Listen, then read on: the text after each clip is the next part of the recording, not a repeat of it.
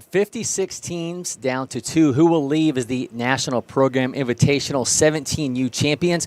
I'm Cory McCartney, welcoming you into the LakePoint Sports Baseball Village. After 3 days of MPI watch parties, we're here to bring you coverage of the 17U championship game between Texas 12 and South Charlotte Panthers. Weather has been an issue. It delayed the semifinal games, and if you look closely, you can see it kind of blowing the drapes around here inside the studio. I'll be joined along the way today by Avery Hunt and Grayson Rosen as we bring you this matchup between Texas 12 and South Charlotte Panthers. This figures to be a good one. Texas 12 boasts a roster that includes 8 Division I commits, 16 players ranked in the state of Texas, 7 of whom carry national rankings. Meanwhile, South Charlotte Panthers counter with all 25 players on their roster carrying state rankings and 5 with national rankings. They have 10 Division I commits in their squad.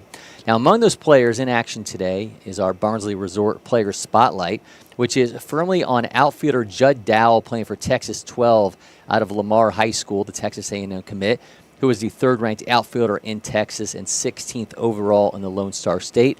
He's also the 20th-ranked outfielder in the nation and number 127 in the class of 2026.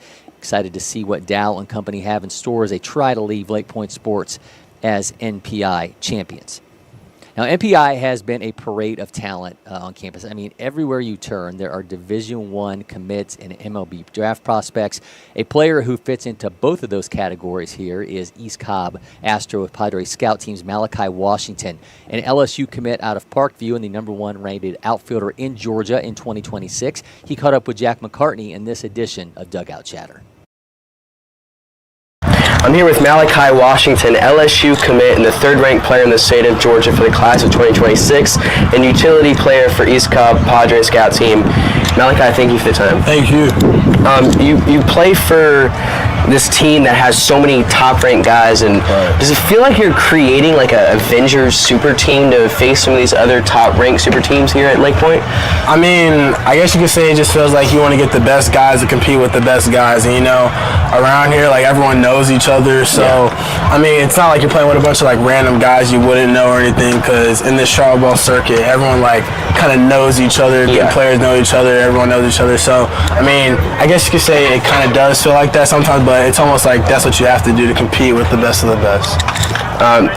You played in the 2024 Future Games. After that, you solidified it to 4 different SEC schools as your commitment. You finally decided LSU. Right. Why did you decide to go with LSU? What was the final motivator to become a Tiger? I feel like when I went on my official visit down there, I really loved everything about it. Had a great talk with the coach. All the coaches had a great talk with the players. I really liked what they stood for and like how they played the game and what their coaches were talking about. Love Jay, everything, Josh, all of them. Like they're the greatest. And then the dinner I had when I was talking with the players really, I think, set it above for me. And they were telling me a lot of good things I wanted to hear, me and my family. And I have a lot of family down there, so it feels home. That's great. How would you describe yourself as a player for anyone who's wondering what Malachi Washington's capable of? I feel like I describe myself as like a high motor, like very, like guessing gonna show energy, gonna be for his teammates, power, maybe a little bit, good defense, and can have a lot of speed on the bases, but just a guy who's gonna be loud and who you're gonna definitely feel on the field. Malachi, thanks for the time, man. Of course, man.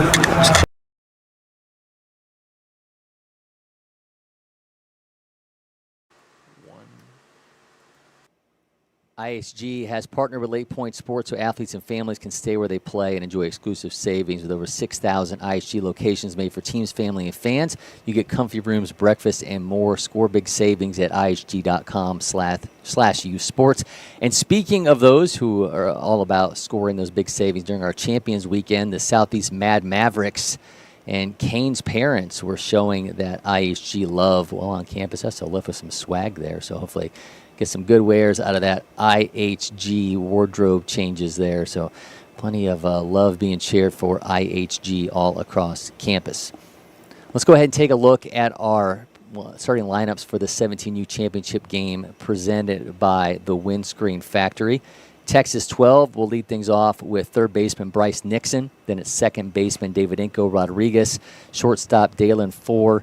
Then it's catcher Casey Cole, Wyatt Cluett, the first baseman, then left fielder Judd Dowell, Clayton Crosby, the right fielder, Tyler Ramus, the DH, Ryan Steele, the center fielder, and Braddock Raven, the right-hander, will be on the mound. South Charlotte Panthers counter with Casey McGinnis, the second baseman, leading off, followed by Harrison Alshie, the left fielder. Then it's Gunnar Alm in center field. First baseman Brady Marshall, Taj Marchand, the shortstop, Parker McGee, the third baseman, hitting sixth. Hitting seventh is right fielder Maddox Moore. Hitting eighth is Tanner Pope, the pitcher. And behind the plate and hitting ninth is Jack McKellar. So again, we are eyeing a close to 2:15 first pitch in this one. We're going to take a break in studio, leave you with our Windscreen Factory starting lineups until our game gets started here from LakePoint Sports.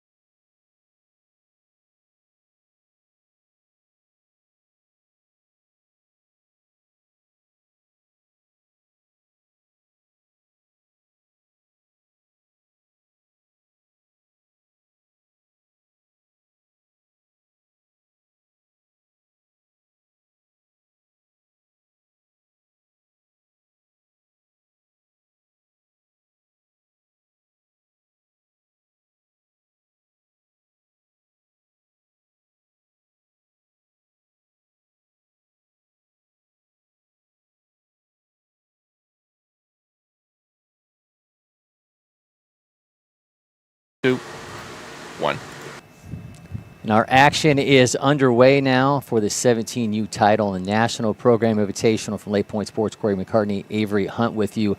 Avery, a very chaotic end to a very long tournament for you. Weather played a part. We were delayed for about, 45 minutes, a little over an hour during the semifinals game. But we got our championship game in, and we got Texas 12 against South Charlotte Panthers. Oh, yeah, looking forward to a good matchup here. Obviously, it's been a action-packed week with a lot of talented players here and a lot of good groups and good teams. So, it's been a fun week so far for us.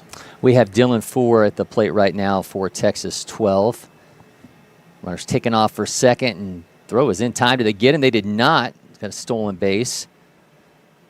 Dylan 4 at the plate out of Tompkins High School in Texas. He's a 12th-ranked shortstop in Texas, which means you're a bad dude when you're a top-ranked shortstop in the state of Texas. A lot of guys playing shortstop there. He's shortstop there. 48th overall. He's number 18 in the nation at the position. That tells you a lot there. You can be number 118 in the nation's here. But still, you're number 12 in your state, in the state of Texas, for a position like that. That's a thing upon itself. He's got a 1-2 count now.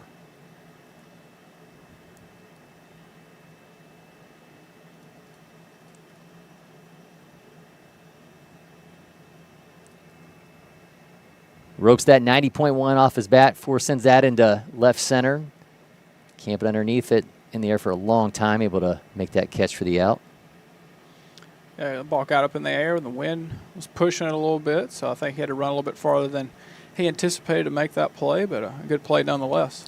You are our de facto weatherman. What else is coming today? Are we at all worried about what's in the remaining forecast? It looked like the stuff west of us was breaking up a little bit, but obviously anybody that has been here or lives here understands that storms can pop up out of nowhere. So we're good for now and should be for a couple more hours. So we'll see. I'll say that and we'll go into a delay in 20 minutes. Well, let's get this one in. Grayson Cole at the plate right now for Texas 12, Victoria East High School 2026. He's a TCU commit, the third-ranked catcher in Texas, number 35 overall. He's a 22 junior feature gamer. I was talking to the Texas 12 coaches before the game. They've been trying to get to this tournament, have everything lined up. The problem with them is they just finished their state championship game a couple days ago. Yep. So some of these guys had to play in that event, hurry up and get on a plane and get here. So it was a very quick turnaround for these guys, but they wanted to be part of MPI, and we're getting to see the Texas 12 2026 Red Sox in action. Yeah, I was talking to a few guys from Texas, and everybody had the same thing of, we're state championship games are just finishing up, so had guys kind of trying to scramble and get here. And, it's worked out well for them so far. This is a really interesting team in Texas 12. Most of these kids have been together since they were 12 years old, talking to their coaching staff. Most of them live within about 2 hours of one another in the state of Texas. So a real tight-knit bunch that has gone through the grind of this together for the last 5 years, and now they're doing their last travel ball experience together. So a lot of the players I talked to about that over the weekend, it's kind of hard for them to fathom that this is the beginning of the end. They've had these relationships for so long. They've had these guys that they have gone through the grind with every single summer. And while a number of them will go on and play at the collegiate level, for some of them, this is the beginning of the end of extremely high-level baseball like this. 100%. It's always crazy, especially when a group's been together for that long. It seems like it flies by. So, like you said, a lot of these guys will play college baseball, but they probably all won't play together. So, these are relationships these guys will have, for the rest of their lives. So, it sucks, but it's I'm sure they'll all still be friends moving forward. Well, as guys are getting ready to go into their senior years, this is the first piece of that wistfulness that you'll deal with throughout the next year. Every little thing you do is going to be the last time you do this, the last time you do that. But certainly work to be done here for Texas 12 and South Charlotte Panthers. Tanner Pope's on the mound for South Charlotte Panthers right now at Garner High School in North Carolina. The 5th-ranked first baseman in that state. Cole fouls that one off. He's a 2024 future gamer. One of those pieces of the puzzle that we always have to think about on the last day of a long tournament, Avery, is how much pitching do you have left? Yeah, especially an event like this. maybe you bounce guys back from the first day yesterday to kind of get to today, and just trying to piece it together and get some outs, and kind of hopefully might have to rely on the offense a little bit to score you some runs. Well, this is game number 7 as Cole draws a walk. This is game number 7 for South Charlotte Panthers. Meanwhile, Texas 12 has played 6 games. They got a free pass into the final there as their opponent had prior commitments, so they were able to get their spot in this one, but certainly something to prove, and they have traffic on the base pass to start things off. But South Charlotte Panthers, you got to feel like that pitching's probably a little bit stretched when you've played the amount of games that they've had to play, and they beat some really good teams to get to this point, especially yet last night, taking out that Rawlings Southeast Mad Maverick squad 6-1. They beat CBA 2026 Scout 5-1 in the previous game. Some really tough lineups, as well as the one that they started out Sunday's bracket play against 6'4" 3DP Cougar 17U, beat them 9-8.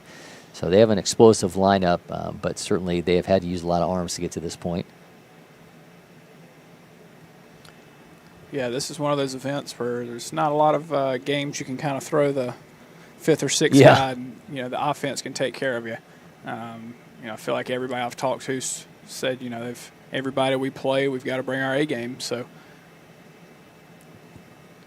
Currently at the plate for Texas 12, Baylor commit Wyatt Cluett out of Montgomery High School, 4th-ranked third baseman in Texas, 57th overall. He's 6'4", 192 pounds. You were a guy that batted left and threw right, right? I am. Tell me, take me when. How does that play itself out? At what point do you realize? Were you hitting left because it was an advantage to hit left, or did it feel more natural to hit left? For me, my dad is predominantly left-handed, throws left, hits left, does everything left-handed, and grew up right across the street from a golf course. And I would go out there and watch him hit a golf ball left-handed. So obviously, when I got a baseball bat in my hand when I was old enough, I was like, "Oh, I'll just stand on this side of it and go." That was my reasoning. So you learned through osmosis. Yeah, more or less. I don't. As far as throwing, I have no idea. I guess throwing's one of those things you can just kind of pick it up and, when you're 2-3 years old and just let it rip. So I guess that's how that happened. But yeah, the only things I predominantly do left-handed is hit a golf ball and a baseball. Everything else is I'm right-handed in. So I guess we'll blame Kevin Hunt for that one. Okay. We'll blame Father Hunt on making me hit left-handed. But you never tried to throw left-handed, or did you No. try? Okay. I dabbled around with hitting right-handed, and I learned quickly that was not the best option. What if you would have threw 95 left-handed and you just didn't realize it? That would be awesome. I mean, it's never too late. Still got some eligibility out there somewhere. So. Well, there's that movie, The Rookie, Yeah. with Dennis Quaid, where you could, pop off and be out in a random road somewhere trying to throw against a radar gun and see what happens. I'm sure they have the new updated speed things you drive through a school zone. I drive through one every morning on the way here, so I'll start getting loose with the left arm a little bit and maybe go see how hard I can throw. Well, I think they have spin rate on them now. Yeah. They tell you what the induced vertical brake That's is right. left-handed. Yep. I've had shoulder surgery on the right side, so maybe it's just time to try the left. Yeah. Plenty of bullets left in that one. Yeah. Get some weighted balls. 2-2 count to Cluett. He's got runners at second and third.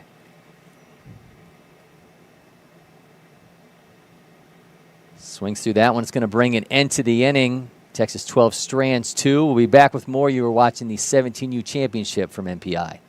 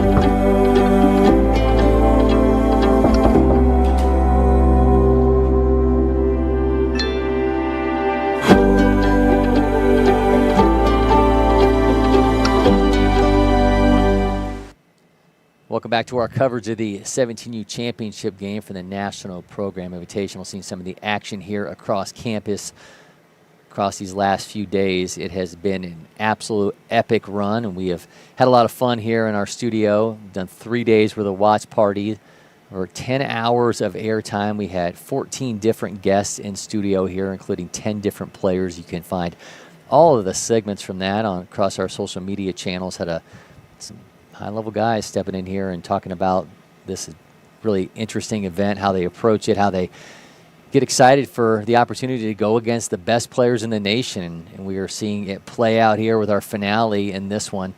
Texas 12 against South Charlotte Panthers. Gonna get a look at Texas 12 defensively now on our first shot at South Charlotte Panthers at the plate. Back on the mound for Texas 12 right now, Braddock Raven out of Victoria East High School. He's a 24th ranked shortstop in Texas, 90th overall, 5'10", 150-pound righty. Going to be facing a pretty formidable lineup here, South Charlotte Panthers, and they will be led off by Grayson McGinnis, 2024 future gamer out of North Lincoln High School, 7th ranked shortstop in North Carolina. Raven pumps that in for a strike, 77.2. First pitch breaking ball, you don't see that a whole lot. If you're new to our camera system here at LakePoint Sports, just like when you play Madden or NCAA football, this is about ratcheting pressure. We start getting the camera shaking there. Strength of stadium. That's or right. It Yeah, is. yeah. The 0-2. Raven misses on the outside. After Grayson McGinnis, it's Harrison Alshee and then Gunnar Alm.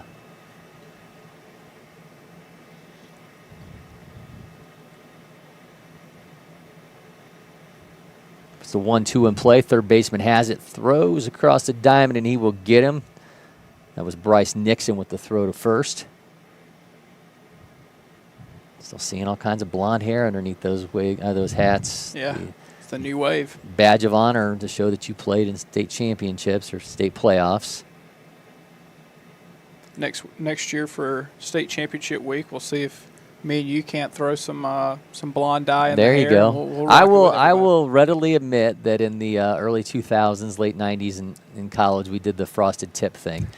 That one is busted into the outfield, 92.1 off his bat. Is that going to be caught for and out? The Texas 12 families in the background showing us that, and was indeed caught in center field. It was going to be Judd Dow that tracked that down. We had him on our starting lineup. We put FL because he covers the entirety of a state out there. He has so much range.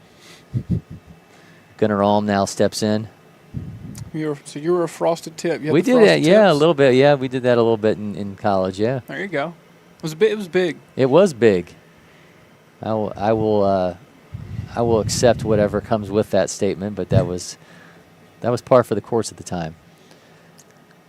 NC State commit Gunnar Alm at the plate now. He's got a 2-0 count. 6th ranked outfielder, North Carolina, 24th overall. He's 76 in the nation, 429 overall in that class. It's a 6.89, 60. Pump and exit velos north of 90. It's got a 2-1 count now. Likes to go to the breaking ball. Sure does. Obviously, first pitch of the ball game is a breaking ball there. You go 2-0. You spin over and get me over breaking ball to get back in the count. I do think as much as we talk about the grind of this, is swings through that one. That was wicked.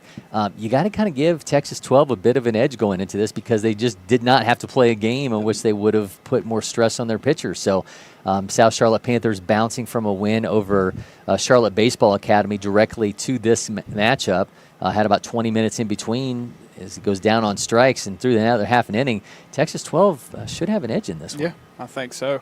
Obviously, the game before for South Charlotte versus CBA was a close ball game until late. Obviously, you got to take into consideration too. They had a hour-long weather delay, so that probably kills an arm as well. So, yeah, I would probably say on paper, Texas 12 probably has a little bit of advantage on the pitching side as far as depth goes. But talking with the South Charlotte staff in between games, they said that They still had a few guys left, so we'll see how it plays out here. I think offenses might be relied upon a decent amount here later in this ballgame. Well, we'll see how it plays out. We'll be back. Take a very quick break here and return with our action 17U championship game from MPI. Hot summer days call for cool adventures in Cartersville Museum City. Beat the heat indoors with jaw-dropping exhibits at TELUS Science Museum and the Savoy Automobile Museum. Hit the water at Terminus Wake Park, kayak the Etowah River, or head to Lake Allatoona for fishing, boating, and unbeatable lake days. When the sun sets, head downtown for live music, delicious eats, and local flavors. From family fun to date nights, summer memories start here. Plan your trip today at CartersvilleMuseumCity.com. Our LakePoint sports photographers deliver at the highest level, taking you inside the action here across campus. We've got game day covered. Now you can not only see your game through our lens, but you can purchase photos as well. Just use the QR code on screen. For the latest images with galleries uploaded after the completion of tournament and events, you can also go to LakePointSports.com or any of our social channels for more information. Back in our action here, Texas 12 and South Charlotte Panthers scoreless as we go into the second inning of our coverage of the 17U championship game from NPI. Judd Dow going to lead things off for Texas 12, be followed by Clayton Crosby and Tyler Ramos. Dow was the subject of our Barnsley Resort player spotlight in the pregame. Texas A&M commit, Lamar High School in Texas. It's number 3 at his position, outfielder in that state, 16th overall. He's 20th ranked outfielder in the nation.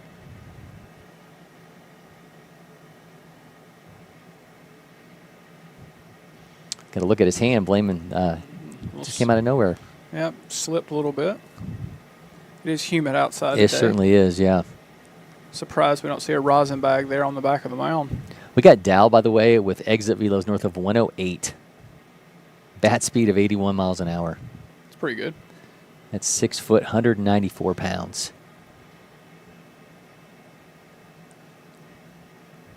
Last one we had Texas 12 as Dow rips that 80.1 off his bat. It's on its way to center field, and that will be caught by his counterpart for an out.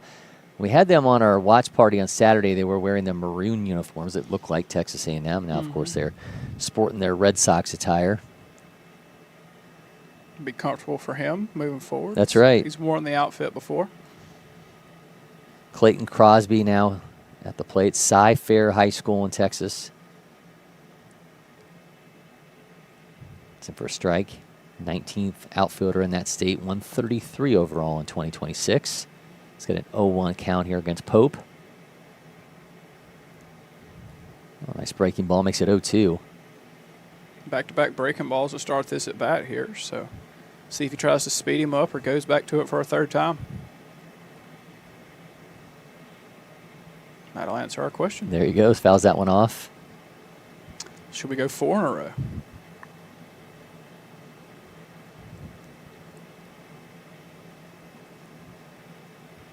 All right, here comes the answer from Pope. He goes fastball, fouls that off. See him a little frustrated there on the mound. That fastball probably got a little bit more of the plate than he wanted it to.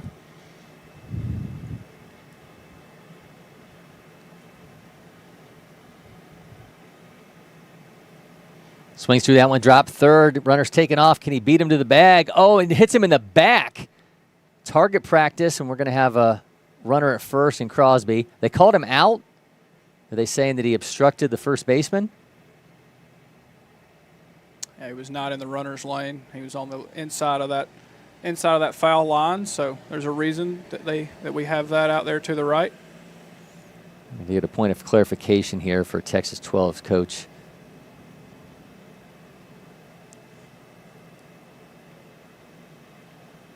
I mean, you're right. That's a nearly impossible throw as the catcher if the runner is not inside that lane.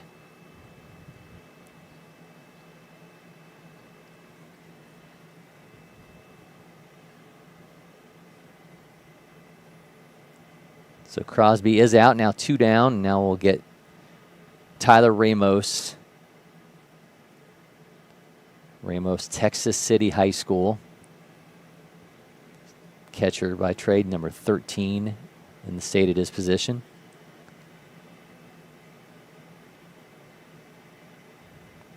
Pope gets it in there for strike one over top of his head.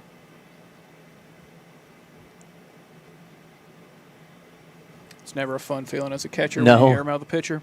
It usually comes from a lot of unkind words from the dugout Yeah. from the coaching staff. Comes the 0-1 from Pope. Swings through that, makes it 0-2. We may have questioned how much pitching South Charlotte Panthers have, but Tanner Pope is up to the task so far in this one. He comes at the 0-2 to Ramos. Just misses low, make it 1-2.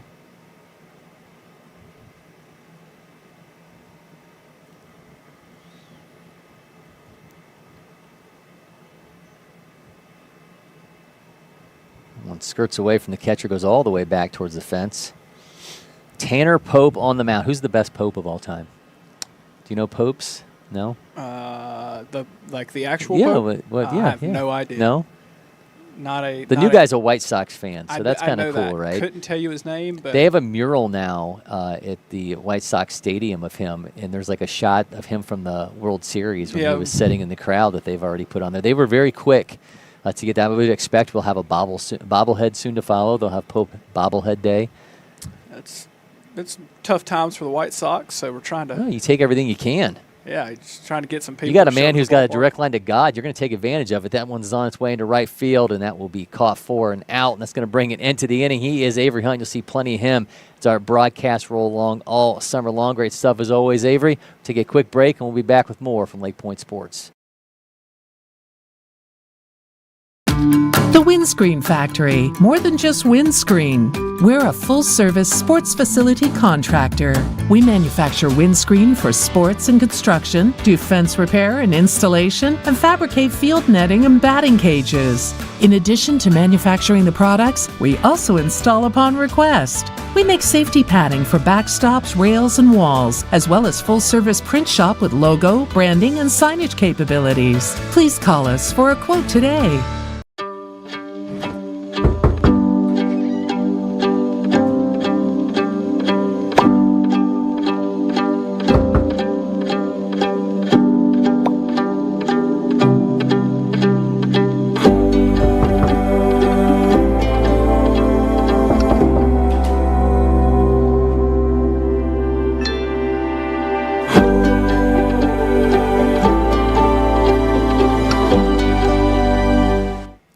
Action continues here. Texas 12, South Charlotte Panthers scoreless in the bottom of the second inning. I made an inadvertent early pitching change. Typically, Avery goes through the completion of the first two innings, but I gave him a quick hook, and now Grayson Rosen steps in. So you gotta bring it now because you're getting an extra inning of work. So it's gonna. You don't need the ERA to balloon here with these extra outings you're getting. Well, I hope not, but if we're looking at how this game's gone so far, ERA is still intact. Yep. Well, the one thing Avery and I talked about was Texas 12 did not have to play a semifinal game to get here. Yep. They were, by the fortune or misfortune of scheduling of prior commitments, they wind up here without having to play a semifinal. So that should give their arms a little bit more of an edge. But certainly Tanner Pope, looking pretty good so far for South Charlotte Panthers. He's allowed one hit as he's through two innings. Meanwhile, we're back with Braddock Raven. That might be my... I think that's the best name in this game for sure. Yeah, but if he was an action hero, it would be Brad Raven. Yeah. You'd have to, go Brad, because Braddock is that doesn't really fit into the announcer's voice. You can't be like, Braddock Raven is. It'd be like Brad Raven. Yeah, Brad Raven. Brad Raven. Well, Brad Raven has Tennessee commit Brady Marshall at the plate. Marshall puts that in play, 93.6 off his bat. Third baseman has it. Long throw by Nixon. They'll get him for the first out. Hardest throw on the field. Oh, yeah, deep down the line at third base is easily the hardest. Which makes it so much more incredible when you see guys like Manny Machado and Nolan Arenado who can make that throw on the run with their body, with their weight, their whole body weight moving towards. I think the foul line. The part that elevates that even more is the consistency at which they do it. Yeah, it's insane. Just the underhand flips and all this stuff. It's incredible. Taj Marchand now steps in. Got a taste of Marchand last summer here for feature games. Got a number of future gamers across the board here, especially on this South Charlotte Panthers team. Marshawn at a James Island High School in South Carolina is an Ole Miss commit. He's the #1 shortstop in South Carolina, #2 overall in the class.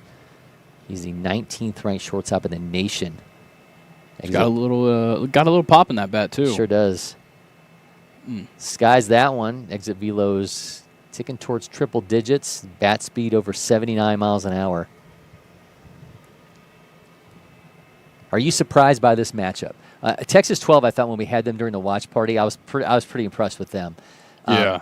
I think there was a couple teams that I wondered who was going to end up getting this far. I know Southeast Mad Mavericks were a team that just looked so impressive, but these guys took them down 6-1 last night. So very interesting turn of events to get them here, but this is a loaded South Charlotte Panthers lineup as Marshawn puts that down in right field, and that's going to drop in for a base hit. I mean, all 25 players on their roster, all ranked in their respective states, 5 with national rankings, 10 Division I commits. These guys come to play and have earned their spot in this title game. Yeah, and I mean, it's also a matter of you look around and you're like, okay, yeah, North Carolina, South Carolina, pretty good states for the sport and whatnot, but it's the commitments there. A lot of them staying in state, which is fantastic. Great work on the state of North Carolina, keeping these guys in your state. But when you're looking down the list and you've got multiple NC State commits, you have a UNC commit, then you got like Tennessee, South Carolina, Ole Miss, a couple Wake Forests in there, and an Iowa commit.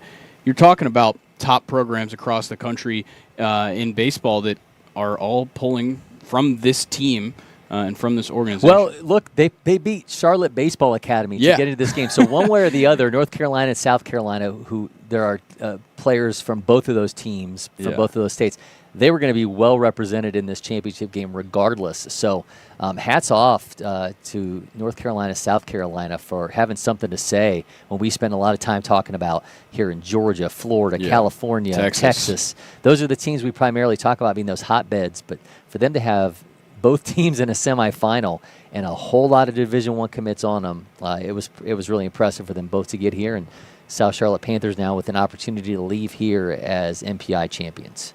Yeah, and for Texas 12, I mean, you're obviously looking at a pretty strong roster as well of guys that are just playing at some of the top programs as well across the country.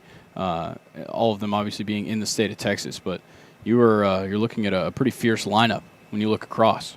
Parker McGee is currently in a 2-1 count here against Raven.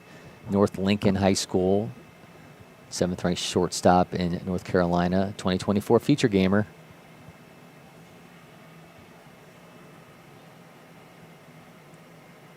Hooks that back foul. Brandon Hall at North Carolina, Sammy Esposito at South Carolina do a fantastic job for the respective states for prep baseball, which is why we see so many guys on this roster who have feature games next to their names, and as well as commit with so many of those guys who were here in the past in those feature game events. Yeah, and there is a number of players in this game that are uncommitted that you can expect to see getting some Division I action over these next couple of months. 2-2 count to McGee. I mean, even this week, we saw our fair share of college coaches. Well, talking to Hunter Martin from Prep Baseball Tennessee when he was in here, he said how difficult it's going to be this year to put together a senior feature games team. And I didn't want to start to just get the ball rolling in any direction for the makeup of the feature games, but currently there's states that are sharing senior feature games roster. So you don't have a Georgia team, you have a South team, you have a Deep South team. I would not be surprised if in the next year or two, because of the recruiting changes that were made, that there's no longer a junior feature games, and that we have senior feature games that are state specific, because there's just going to be way too many kids who fall through the cracks. Definitely. I think that the senior future games, seeing its first time last year and what it already did for some of those guys, is Taj Marchand's going to advance on the walk. But I think that the senior future games is something that, and obviously we're not here to make the decisions for prep baseball, but it seems like something with some really good legs for the future. I'm going to text Sean Duncan right now. No, I mean, we do have the capability of that. But I do think it's a realistic conversation because, or even having junior future games at a different time. Correct. Now that we also have the sophomore games as well, which is the weekend after feature games, I think you can conceive a scenario where junior feature games is either its own standalone event, or they just don't have, because they already had gotten away with the rising 7th graders into 8th graders, and put more of the focus on the kids who are on their way into the high school ranks. I think now you put the focus on the kids who may have been overlooked, and we saw so many guys last year who rode that opportunity into a Division I commit. I think you have to see the value in that and realize these guys need these opportunities to still be seen, and they are certainly able to take advantage of it. South Charlotte Panthers with a player that I actually didn't even have on my roster. Yeah, we got a number 10. Is that who's at the plate? That'd be Maddox Moore. It says Maddox Moore, but on the scoreboard right now it says 𝗟𝗚𝗩𝗘. EPPELEPY. That's not right. I don't think so. 𝗟𝗚𝗩𝗘. That's Maddox Moore. I'm going with Maddox Moore, who out of West Roman High School. It puts that in play. That's going to be down. All bases will now be occupied as that one's cut off by the pitcher, Raven. Yeah, Moore says he's a left-handed hitter. Yeah. I'm gonna stick with that. Not 𝗟𝗚𝗩𝗘. Yeah. They just wanted me to say that. Yeah, they just wanted you to have that mouthful, Yeah. and they're probably going to fix it next time around. Starting pitcher Tanner Pope now steps in, 5th-ranked first baseman in North Carolina. He has allowed 1 hit so far in 2 innings of work, and now he has a chance to put his South Charlotte Panthers ahead as the bases are loaded, and he has 1 down here in the inning. Yeah, it'd be a great way to seriously help yourself out. Something I think a guy like Paul Skeens wishes he could do right now. That's right. is come out there and hit and give himself some run support. You think he's lobbying for it? He has to be, right? He Man. has to say, come on. First pitch swing, and he sends that back foul. Spencer Strider and Chris Sale may be doing the same thing here in Atlanta. Spencer Strider might need to figure some things out before we start talking about run support. Yeah. Bryce Elder, on the other hand, there's a conversation. And you still lose the game. Yep. On 1 count here to Pope, he's got the bases juice with 1 out. He skies that one, 91.8 off the bat of Tanner Pope. Is it going to be caught? Dow camps underneath that one, and he makes the catch, but runner will advance home off the tag up. South Charlotte Panthers now have a lead. Doing a job right there. He roped that thing. Yeah, it seemed like he just got a little bit more under it than he'd like to, but 91.8 off the bat, but he does his job right there, brings in the first run, gives himself a run to work with when he gets back out on the mound in the 3rd. So good work there, just playing your role, Tommy. Tanner. Jack McKellar. Comedian Tommy Pope. That's there you go. Jack McKellar now steps in with 2 on and 2 down. Now 1-0 lead for South Charlotte Panthers. 5'11", 197-pounder out of Rocky Mount High School in North Carolina. He's the 6th-ranked catcher in that state.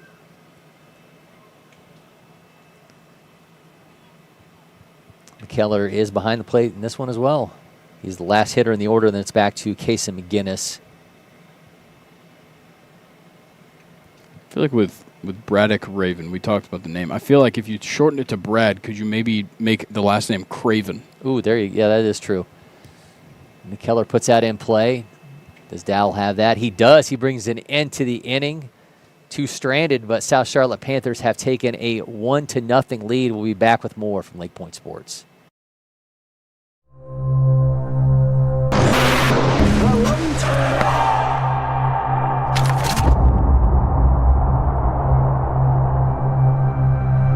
We're here at LakePoint Sports, the site of the first Curve Test Center.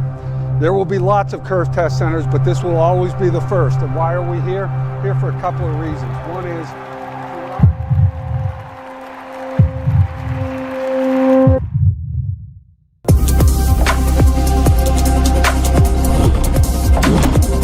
if you think about the effort players are spending trying to get coaches to notice them, the effort coaches are spending trying to figure out who's actually any good, the poor parents who are sitting there saying, where's my kid headed? This is the answer for all that.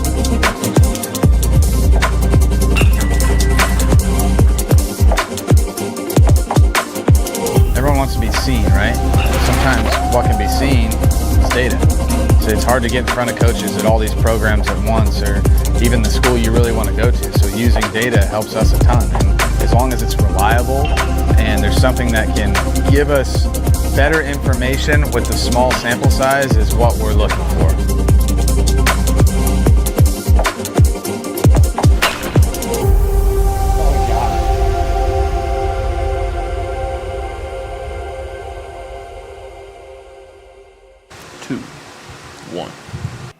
Curve Test Centers is redefining player and performance data when it comes to evaluation and recruiting. Test your athletic, cognitive, and baseball skills at TrackMan, Proteus, and more. Visit at the Bubble here on the LakePoint Sports Campus or sign up now at curvetestcenter.com. Don't miss this chance to level up your game.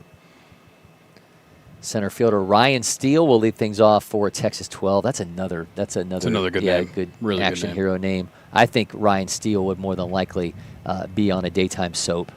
Yeah. You know, did your grandma ever watch her stories? Did she ever tell you I got to watch my stories and then watch like Days of Our Lives and all that stuff? No, but I think most of my experience of seeing that is like being in a restaurant in the middle of the day where they didn't change the channel on the TV. Well, one of my grandmothers would we had to sit on the couch because it was time for her to watch her stories. Yeah. And then we just had to not talk. Well, then Cory, no offense, there is a bit of an age gap I there understand that. generationally. I know, but I used to just see like remember the Days of Our Lives had like this. They were like the sands in the hourglass. So go the days of our lives. Yeah. And it would have like the little sand going through the hourglass. Yeah.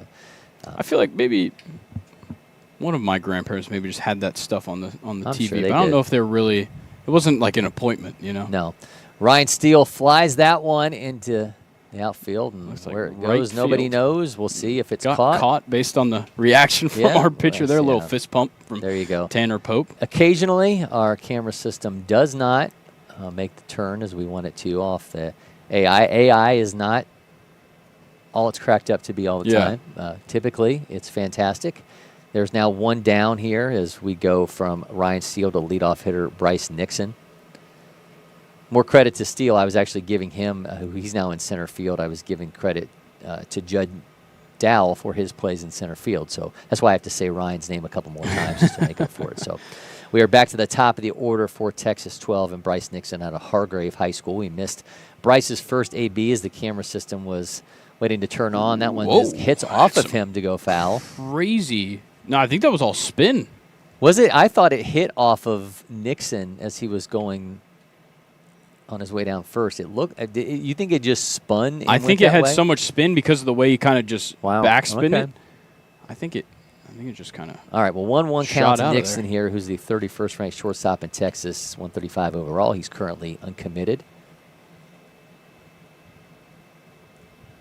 Goes opposite field there, and that's into left field, and that will be caught by Harrison Alshey for the out.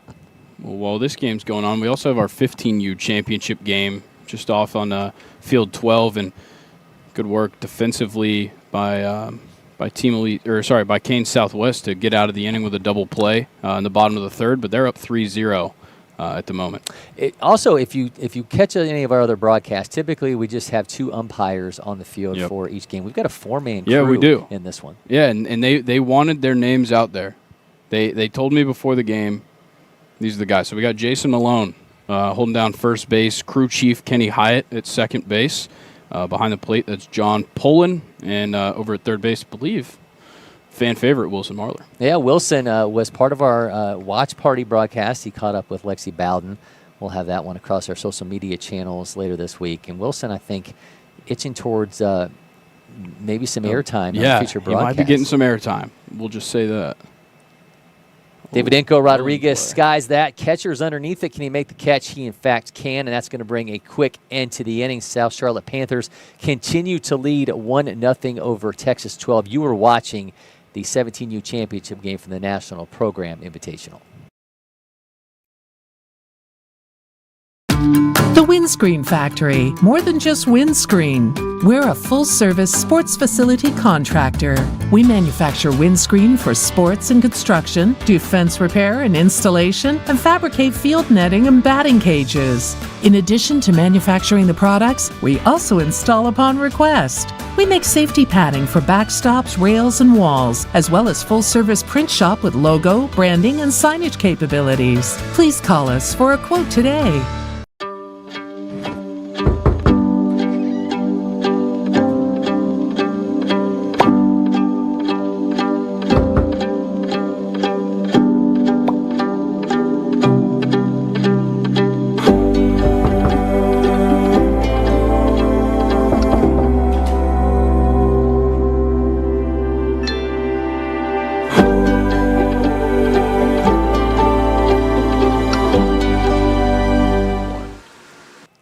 Welcome back. 1-0 lead for South Charlotte Panthers in our championship game from the 17U division of the National Program Invitational.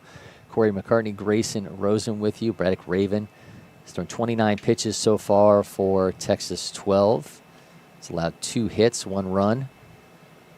Texas 12 has just 1 hit. Gave the update on our 15U championship game. We've also got the 16U semifinal games going on over on Field 11. East Cobb Astros have a 7-1 lead in the top of the 4th. Wow. Over Canes National 16U. And then over on Field 10, SBA Bolts currently with a 2-1 lead over 643 DP Cougars. Kason McGinnis will lead things off for South Charlotte Panthers. Will be followed by Harrison 𝗟𝗓𝗓 and Gunnar Alm. McGinnis 0 for 1.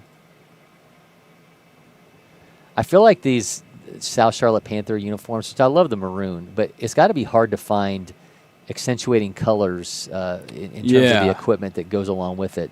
Because the pink and blue look great. A little bit of a clash here, though, with the maroon and black. I'm going to be honest. I don't know if these guys really care if probably colors are clashing.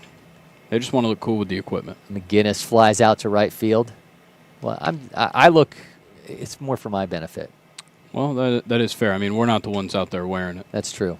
Nor are we nearly good enough to be. I'm worried more about the optics. Yeah. Well, I'm colorblind, so it doesn't bother me. So if I just told you something was a different color, would you believe it? I mean, I kind of would have to unless I had something to associate. Like, you can't tell me that, Texas 12's not wearing red jerseys because they say Red Sox across the front. That's true. But I mean, if you really wanted to do that, you could. Well, that would be I don't know if cruel. I should have given you that power. That would be incredibly cool. A little skip there. Yeah, I'm not sure what's going on. What we lost there. Yeah, that's so we are living in a simulation. This is the Matrix, Looks as we like just it. saw that thing bounce around a little bit. 1-1 is the count here to 𝗟𝗓𝗓. Seems like we're having some connectivity issues of some sort. See if it's rectified itself. Swings through that one. Going to make the count 1-2. And then we'll wait for a moment. Yep. Now I believe we are absolutely frozen. Oh. That's what it was. Yeah, we're never leaving this angle. now we have lost our Yep. outfield camera. So that's gonna cause some chaos in the IT department as the week rolls along here at LakePoint Sports, I'm sure. 1-2 count now, as we're now going to be apparently locked in on this camera view. Counts now 2-2 here to.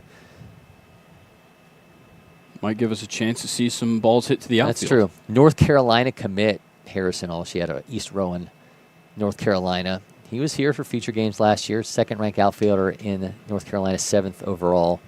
Number 21 at his position nationally. Triple-digit exit velos.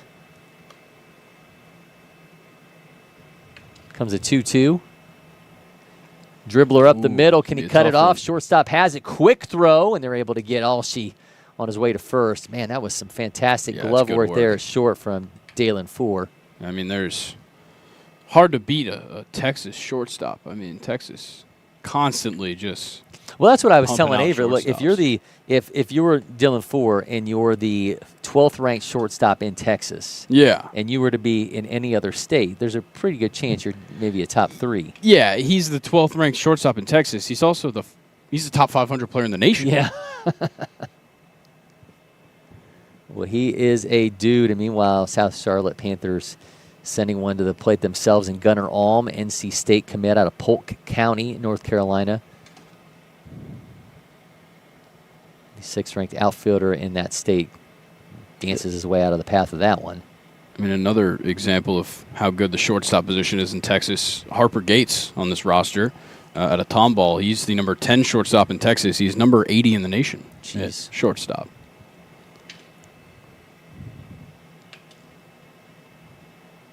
I believe our camera just completely froze on us. Frozen now. Let's see. This is not a mechanics breakdown, at least not in. Is Rob Friedman pitching. taking over the feed? Yeah. Are we getting pitching ninja takeover? Yeah. All right, we're completely frozen. We're going to take a quick break here. We'll be back with more as soon as we can. We work our way through these technical difficulties from LakePoint Sports.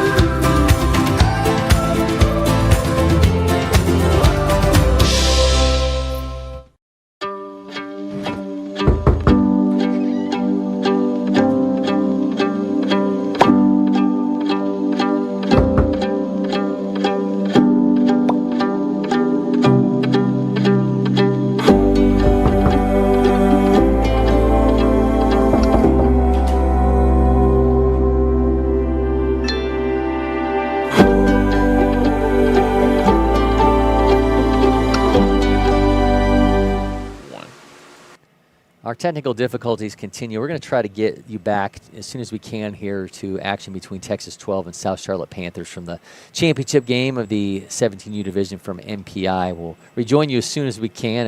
Again, apologies for these technical difficulties. We'll be back as soon as things get rectified.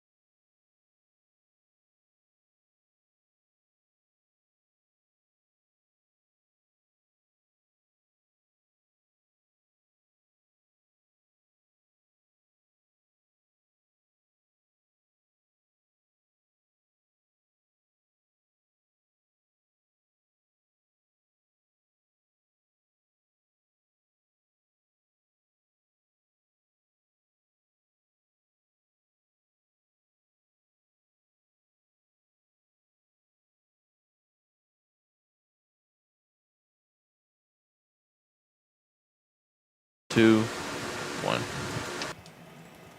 Apologies for the delay there. Yeah, we were all suffering through some technical difficulties there. And still a 1-0 game, though. South Charlotte Panthers leading Texas 12. Where we're at in the lineup now. We got Case and Cole back up for Texas 12 with one out here in the inning. He'll be followed by Wyatt Cluett. One bounces away, and that one nearly hit the camera. That would have been an entirely new level of chaos if the camera would have gotten taken out by a ball that got away from the catcher. We're having enough technical difficulties without that. All right, 53 pitches so far for Tanner Pope.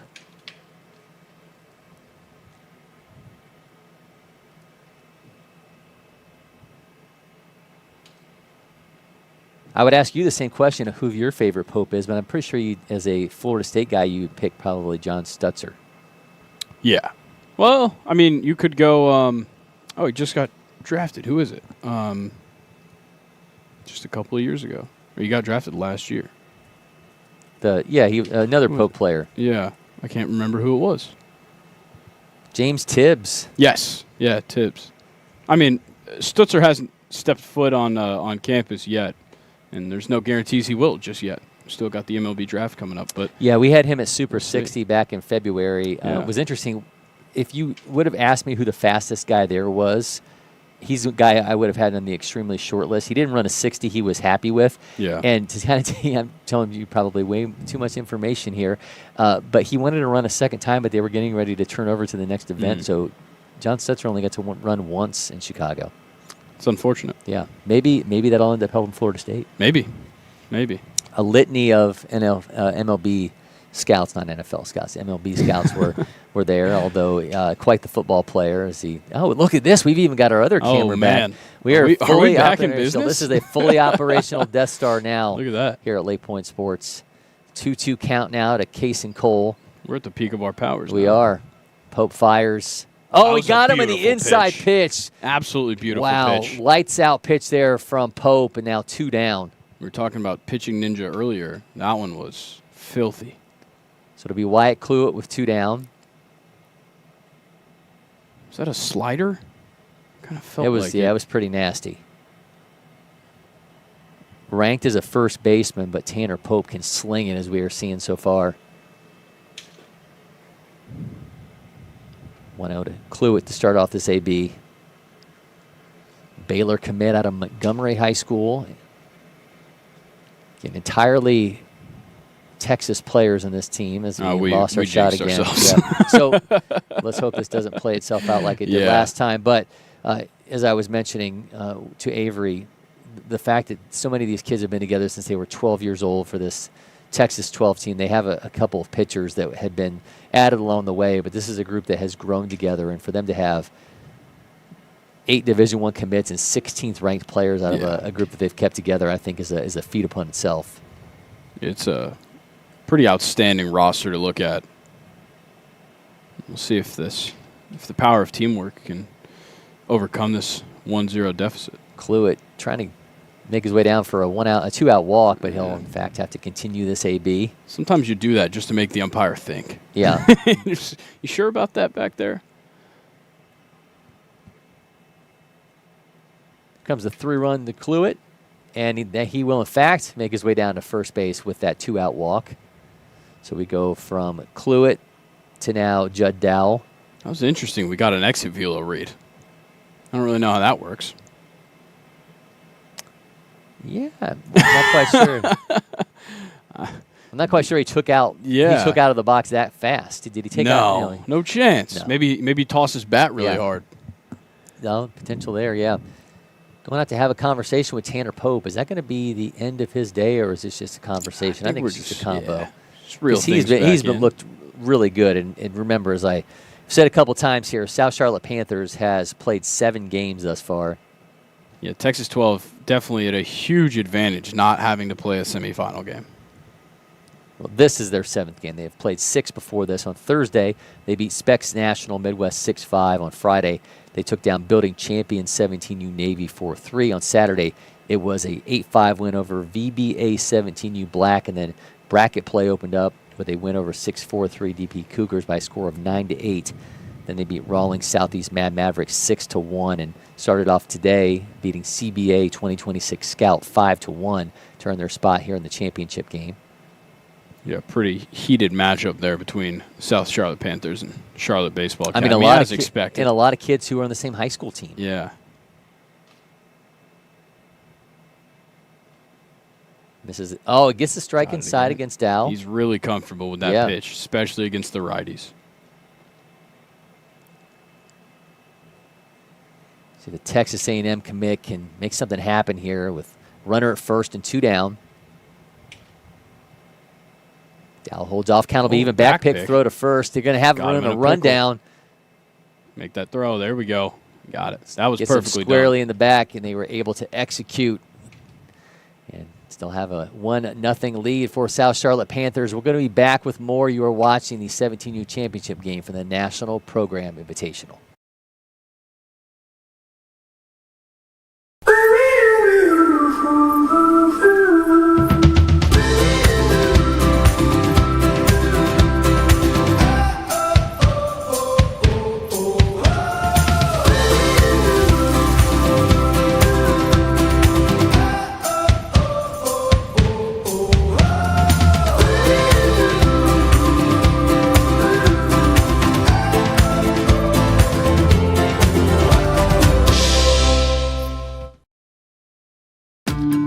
Windscreen Factory, more than just windscreen.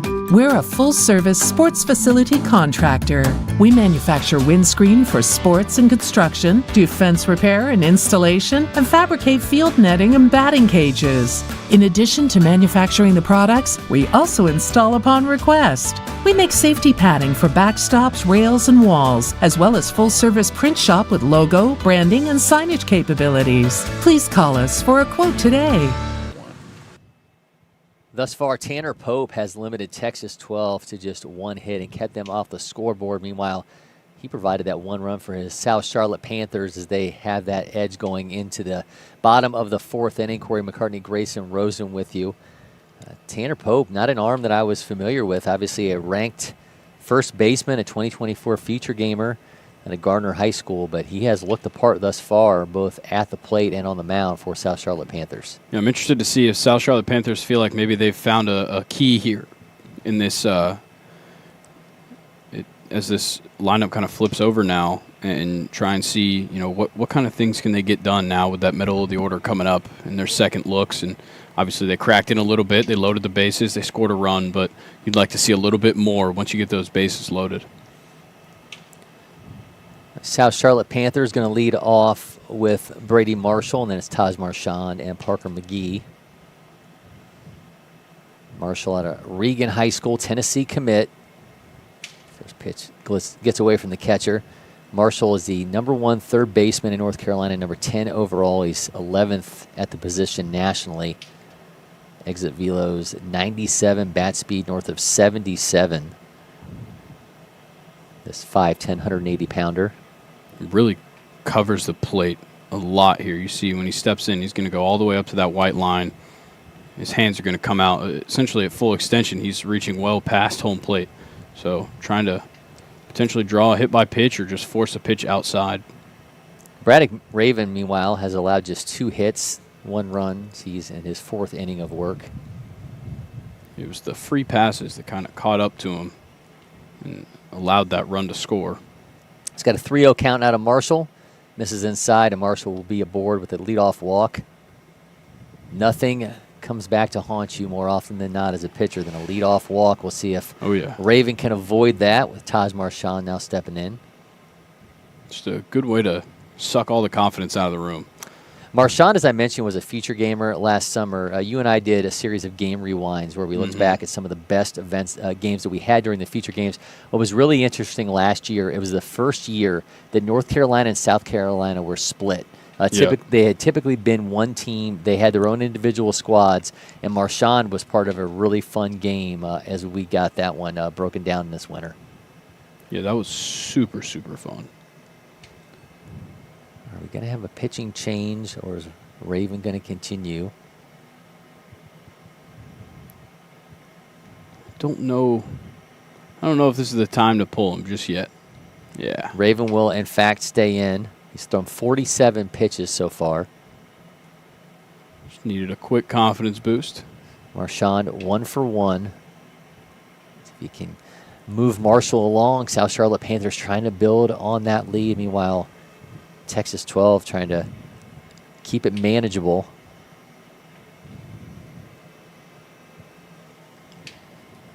Last time around, Marchand had that kind of softly hit ball that dropped in the right field. We'll see if he can make something happen now with a runner aboard. Starts him off 1-0. It's an interesting little trail along the first base line. I noticed that on both that field and on field 12 this morning when I was out taking photos. Just maybe the dirt bikes got here on campus. Comes the 1-0 to Marchand. Rips that down the left field line. Just it's foul. Be foul. 94.2. That thing was going to be trouble heading inside of third base, but luckily for Texas 12, they avoid potential run scoring there. Count is 1-1.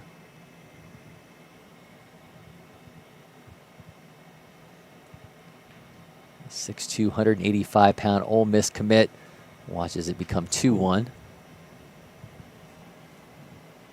It's hard to get a read here on pitch location just with this angle, but we'll trust our umpire there behind the plate.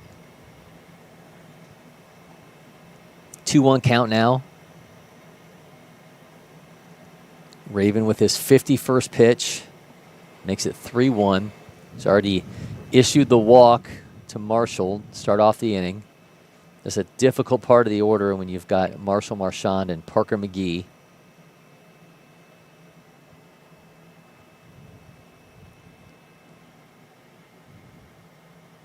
Marshall getting a healthy lead at first. Marchand skies that down the right side. Is it going to be in play? Nice job by the second baseman, able to make that catch. Some great glove work by David Inco Rodriguez. Makes it 1 down as Marshall stands at first. Those things are pivotal, especially after giving up that leadoff walk, making an out like that, especially kind of a free one there on the foul ball. It's always going to help your pitcher out a lot, knowing that he's working with potentially a double play situation now. So 1 down. It's you, me, and Parker McGee at the plate now at a Lancaster High School in South Carolina. 4th-ranked shortstop in that state. 16th overall. He was a 2022 junior feature gamer. Fouls that off. Here's something fun. This 4, 5, 6, 7 in this lineup. All of them M last names. We got Maddox Moore waiting in the wings. It's not. What did I say it was before? We'll see if the scoreboard's been updated. If it says Maddox Moore, if it still says epilepsy. Yeah. We'll see if it still says epilepsy or if it's now been updated to Maddox Moore. Who knows? Regardless, a 1-1 count now to McGee. 1 down off the pop out by Marchand. Brady Marshall is at first base. South Charlotte Panthers lead 1-0 over Texas 12. Yeah, their main focus is probably just making sure that Maddox Moore comes to the plate in this inning. Holds, got the strike. Throw down to second. Has plenty of time. They get him. Very late decision to go right there. So now 2 down. Pop out and caught by stealing. Right when I say they're trying to get Maddox Moore to come to the plate, gets caught stealing. It's a really late decision. I think maybe he thought the catcher didn't have it, bobbled it, but. All right, 1-2 count now to McGee. Bases are now clear. Skips into the catcher's glove, and I'll make it 2-2. Sun's now out. A few dark clouds out in the distance, but certainly hoping we can avoid any further delays here, and that's going to skip again. Count is full. It's nice. From our current studio at the moment, we kind of just get a view kind of straight west of here, so most of that weather that we get that comes through the state of Alabama and then hits us, we can spot from miles away. Full count, rips that down the left side. I was expecting the exit velo reading to be much higher on that, considering the stroke he put on that ball, but count will remain full here to McGee. Surprised we didn't hear it bounce somewhere near us. Yeah.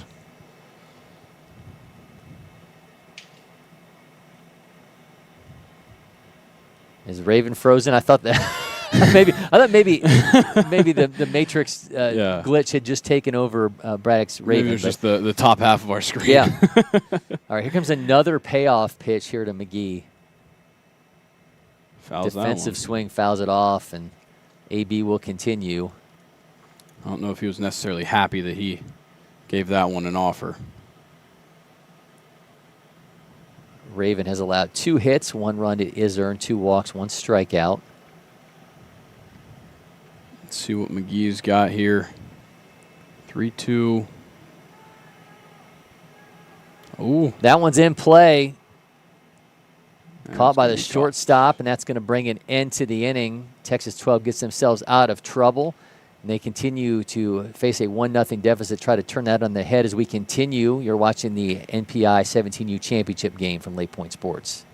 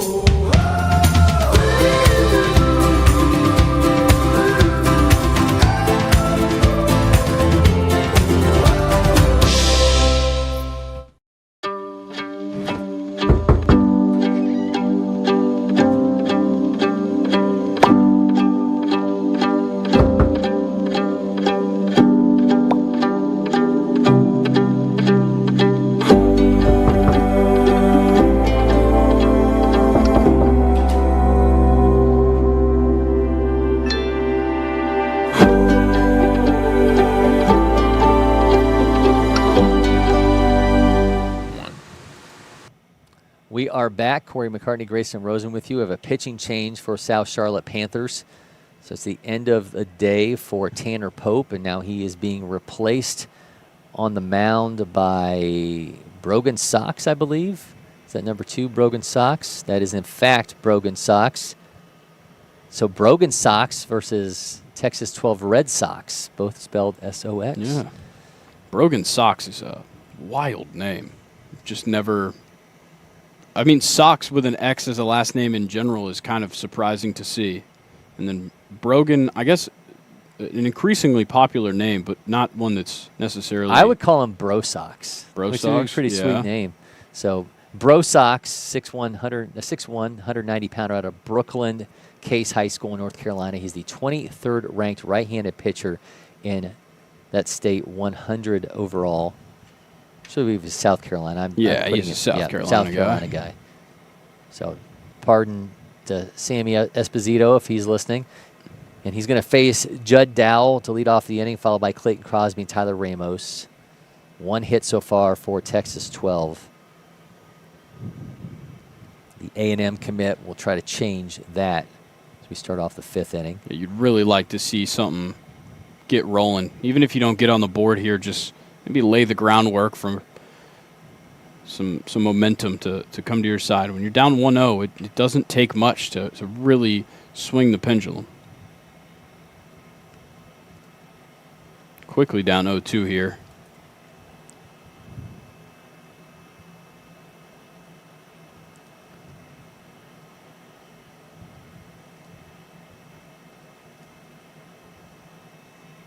Strike 3. To drop third. Oh wait, no, foul ball. Sorry. This is, by the way, Looks like this is Brogan Sox's 3rd time pitching in this event. Wow. On the 5th, he faced Specs National Midwest. He went 1 1/3 in that one, 44 total pitches, allowed 4 hits, struck out 1, and then he pitched last night against Rolling Southeast Mavericks. 1/3 of an inning, he allowed 2 hits, 1 earned run, 10 pitches. So he's thrown 54 pitches so far in the event. So you would think it's a guy who did get some work last night. So you always wonder about, there's obviously more stress pitches than what we see in games. Certainly a guy getting up and getting himself going, but an arm capable of putting in some innings here for South Charlotte Panthers as they lead 1-0. Judd Dowell swings through that, and he goes down on strikes. Yeah, we'll see if maybe this is just a 1-inning relief appearance for Brogan, or if I think you do get to the point in an event like this, and we talked about this with Avery Hunt when he was in here earlier. How much pitching do you have? If you can go to a bunch of guys and say, can you give me 1 inning? Can you give me 1 inning? As opposed to going out and logging a bunch of them. South Charlotte Panthers certainly has the arms to do that. That one's right back at Sox. Hits off of his glove. It's going to be a board. Man, goes tumbling. Clayton Crosby goes stumbling across the bag. He will be aboard with 1 down. That was interesting. Cataclysmic for both sides there. As it hit off of Sox's glove. Shortstop tries to make the play on it, and as he does, Crosby goes tumbling across the first base bag. Seemed like maybe he thought it was going to be a really close play and was just like, you know what, I need to dive headfirst into first base. Tyler Ramos out of Texas City steps in with 1 on 1 down.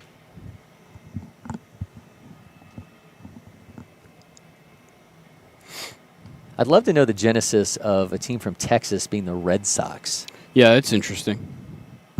You would think maybe Rangers, maybe Astros. Yeah, I haven't seen an Astros team or an Astros scout team. I wonder if this is considered a Red Sox scout team, considering they are wearing Red Sox uniforms. I would assume so. I mean, they walked past me and it's a Red Sox hat, it's a Red Sox jersey. 1-0 here to Ramos. Should you have been to the state to actually be able to wear the uniform and be a scout team? I mean, have a lot to talk to with Titan. That's true. Down in Kennesaw. Yeah, they're the Texas Rangers. Well, they should just switch, right? Yeah. Yeah, I guess that would be a good swap, but I like those Rangers scout team uniforms. I do, yep. It's a good look. 3-1 count now to Ramos.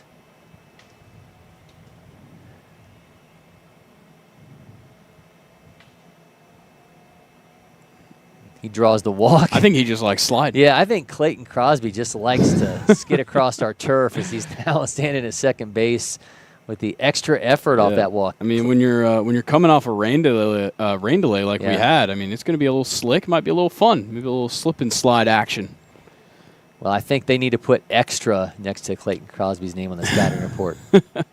Ryan Steele's turn now, the center fielder. Try and make something happen here. Out of Victoria, East Texas. He's got 2 on, 1 down. His team down 1-0 here in the 5th. At least recently, their best scoring opportunity they've had. 2 hits for Texas 12, but no runs to show for it.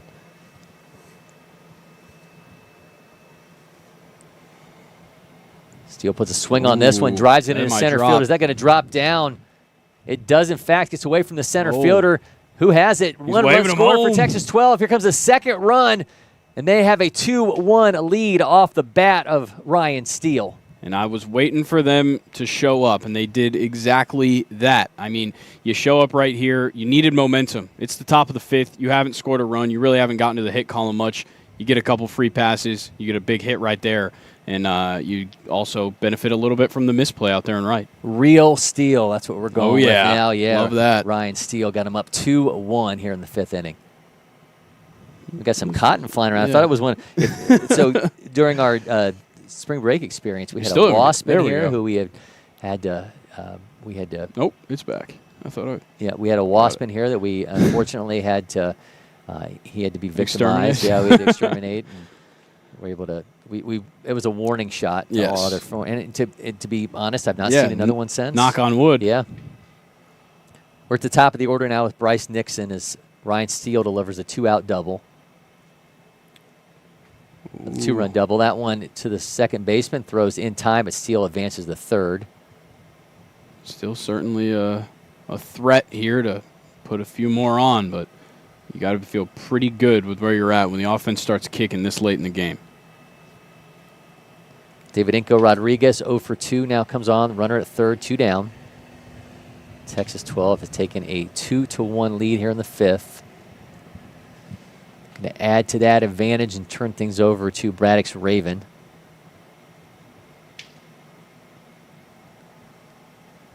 Something exciting's happening. Yeah, something captivating over there. Everybody's got to take a look. All right, now we're all locked in.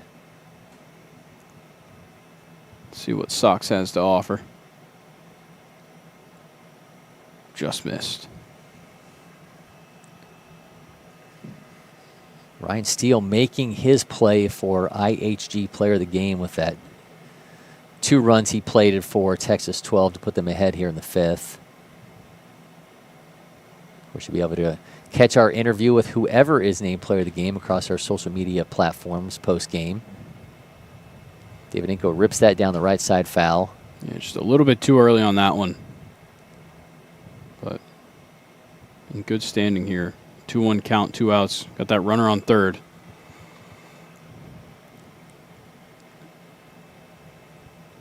Steps back in, 2-1 count.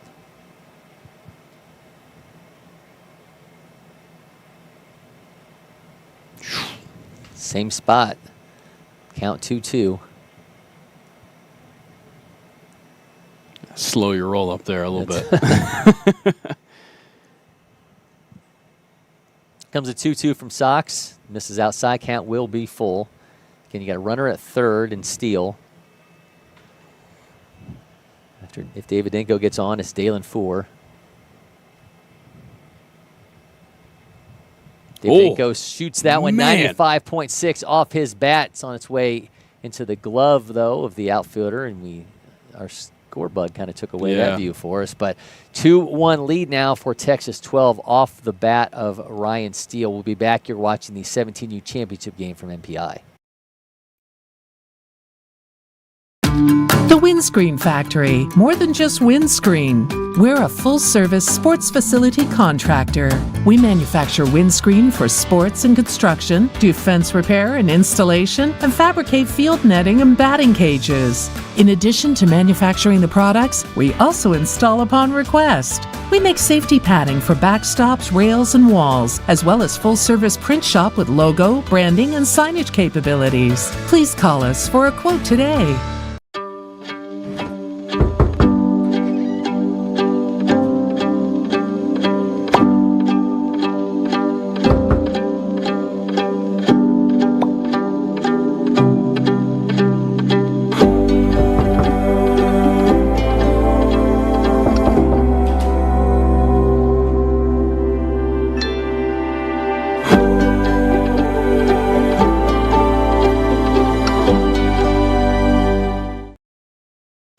Hot summer days call for cool adventures in Cartersville, Museum City. Beat the heat indoors with jaw-dropping exhibits at 𝗟𝗓𝗩𝗘 Science Museum and the Savoy Automobile Museum. Hit the water at Terminus Wake Park, kayak the 𝗟𝗓𝗡 River, or head to Lake 𝗟𝗓𝗡 for fishing, boating, and unbeatable lake days. When the sun sets, head downtown for live music, delicious eats, and local flavors. From family fun to date nights, summer memories start here. Plan your trip today at cartersvillemuseumcity.com. Welcome back. Our action continues from the 17U championship game of the National Program Invitational. Cory McCartney and Grayson Rosen with you. Braddock Pitching Ravens change, Day yeah. is done. Braddock Ravens Day is done. We saw a pitching change for South Charlotte Panthers in the top half of the inning. South Charlotte, and now we'll see Texas 12 follow suit. I don't have a 24 on my roster. Nor do I. So we're all going to... This is Jaden Stewart. Figure out who Jaden this is. Stewart was listed at 81, but he's actually wearing number 24. Maybe he has a different number for the maroon jerseys than he does for the Red Sox ones. But this will be Jaden Stewart on the mound. Stewart, a Houston commit, 6'6", 227-pounder, 19th ranked right-handed pitcher in Texas, 74th overall. And he's got Maddox Moore here. It still says 𝗟𝗡𝗡 on the scoreboard for those wondering if you were. I would love to know where that came from. I can't imagine that was on the lineup. You think that they read, because I actually got a copy of the lineup and it did in fact say Moore. It did not say 𝗟𝗡𝗡. It did not say some jumbled number of letters. Yeah. A lot of E's. Yeah. A lot of E's, a lot of P's. See if South Charlotte Panthers can mount an answer here as they gave up 2 runs off of a double from Ryan Steele. Yeah, Jaden Stewart just looks like a beast up there. Yeah. I mean, even typically from this angle, you don't see a guy's height all that much, but it is showing up there on the mound. Count is 2-2 now to Moore.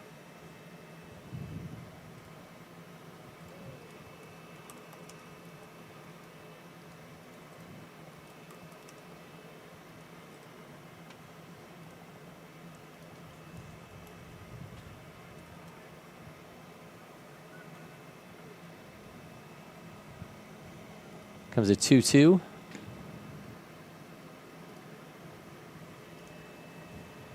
Yeah. Stewart listed at 6'7" is just crazy. 2 days ago, he pitched against Rolling Southeast Mad Mavericks through 67 pitches in that one. He struck out 3, allowed 8 hits, 3 earned runs. That's just an extremely deep Rolling Southeast Mad Mavericks lineup. Yeah.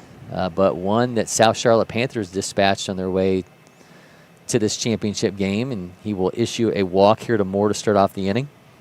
That'll bring us Tanner Pope, who again was the starting pitcher for South Charlotte Panthers. Was that the game that was on our stream? No, we did not. The South Charlotte Panthers team that we had was the 16U one with Jacob Seaman. Oh, I was thinking Texas 12 versus Rawlings Southeast. Was that not one of our games? I feel like it was. Oh, yes, that one was in fact one of our games. Yes. Ooh, that one did nearly take out the camera. We actually saw you could see the seams on that ball. Yeah, that was close. That was a close one. Wow, fouls that back, 67.4. If you wonder how hard of a ball it would take to do some damage to our camera, I think that fits into the equation. Stewart with the 0-1.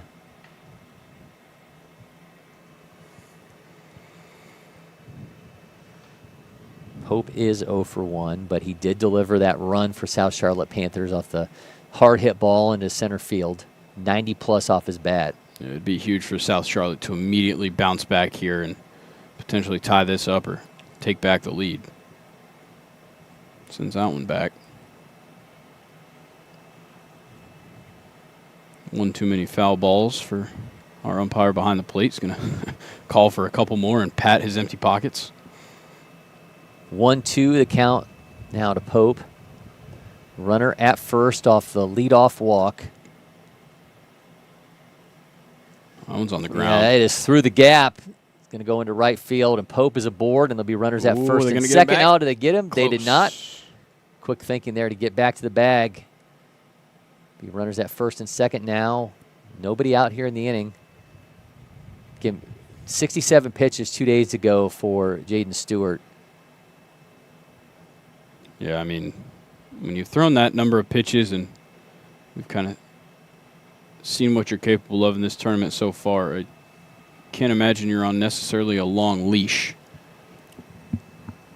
Though it does come down to this final day, and if your pitching is dwindled down, you kind of have to call upon whoever's ready to go. This is the last batter in the order now stepping in for South Charlotte Panthers. That'll be catcher Jack McKellar. After that, we're top of the order with Grayson McGinnis, Harrison Alshey, Gunnar Alm. Nobody out here. 2 on in the 5th inning. Texas 12 leads 2-1, trying to cling to that lead. They made a pitching change, went to Jaden Stewart, the Houston commit here in this inning. Places Braddock's Raven.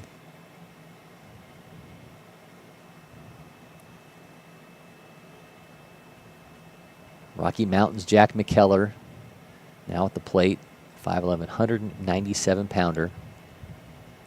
See the forearms flexing on him. Shows bunt, gets it down. Oh, that's a great bunt right there. Stewart has it. Does he have a play? Throws to first. Both runners will advance 90 feet.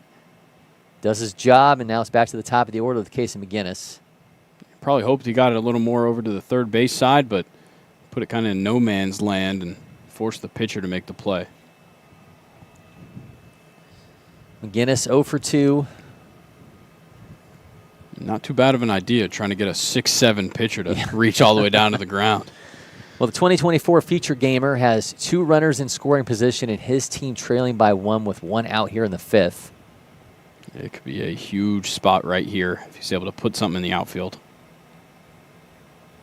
Make it ball 1 to the North Lincoln High School 2026.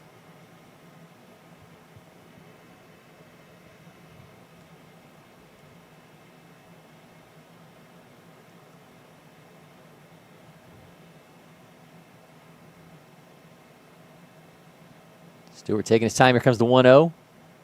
It's in for a strike, 88.5. He's thrown now 13 pitches. So make that 90 across a 3-day span.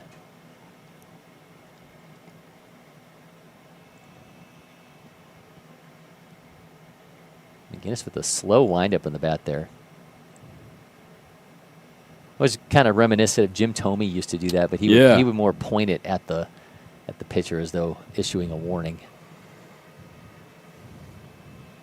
Well, like McGinnis, Jim Thome was here for 2024 He feature certainly games. was with his son from Illinois, and that one is right up the middle, and we have got a tie ball game. Nope, we are going to have another run for South Charlotte Panthers as that one's cut off by the catcher from going any further, but McGinnis coming through with 2 runs, and they now lead 3-1 here, 3-2 here in the 5th. They saw Texas 12 do it, and they said, I'll do you one better and take back that lead. Good work right there, just putting something straight up the middle. Grayson McGinnis, the feature gamer, comes through. Now it's Harrison Alshey, left fielder. He's 0 for 2.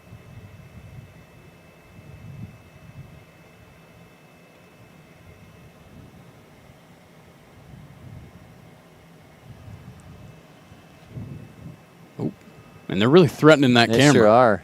Just saw a small animal scoot past. Yeah, I wasn't sure what that was.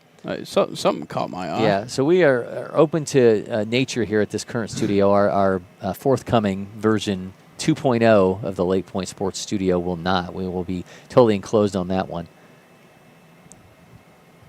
Oh, baby. Yeah, Harrison Alshee scoos no, that he one just all got the way. under it. Oh, man, 93.5 into the glove of the right fielder. Just missed it. Alshee nearly had a He admired slow it trot. for a second. Yeah. He gave us something to look He at. sure did.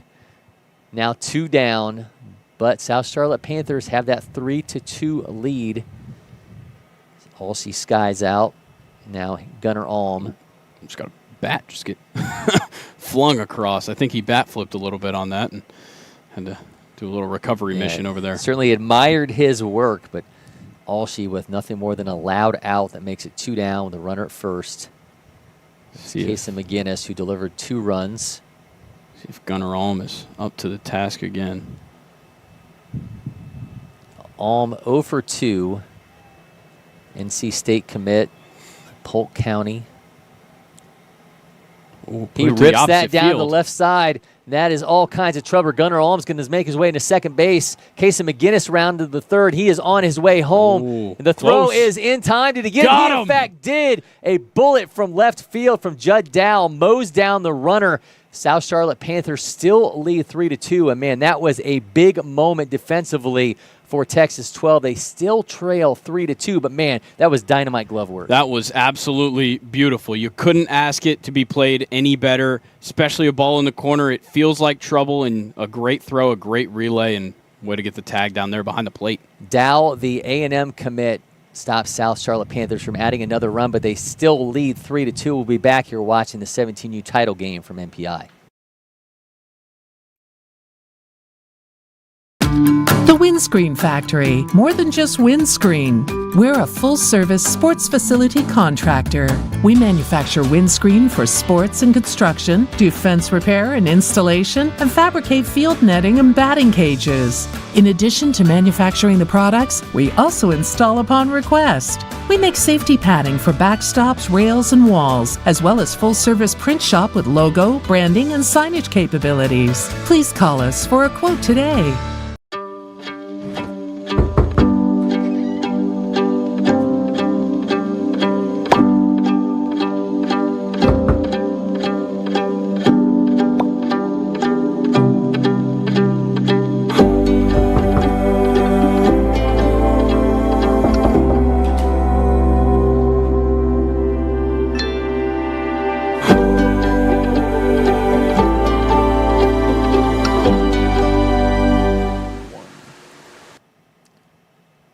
Favorite moment so far from MPI? Was that just it? I mean, it's certainly a contender. It was outstanding. I love to see some great defensive work and pulling off a great relay on a play like that where you just, if you're the left fielder, you just feel like you're in trouble. When you see that ball just sneak inside the foul line and you're just sprinting all out to try and get there, you got to hope that you can make something happen, and that is exactly what they just did, and it got themselves out of what could have been a real pinch.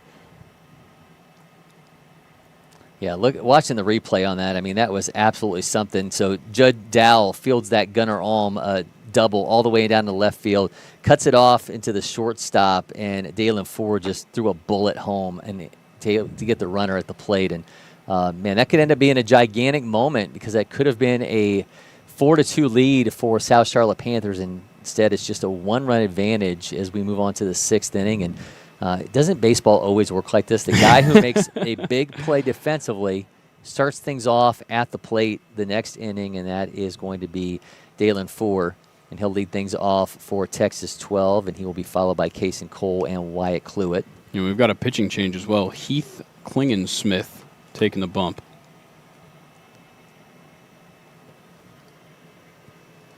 Well, the new pitcher for South Charlotte Panthers out of North Stanley High School, 32nd ranked righty in the state, 92nd overall. Swing and a miss. We've got him with a fastball up to 91. See what he's got here. And a big moment here for South Charlotte Panthers to try and hold off this Texas 12 attack.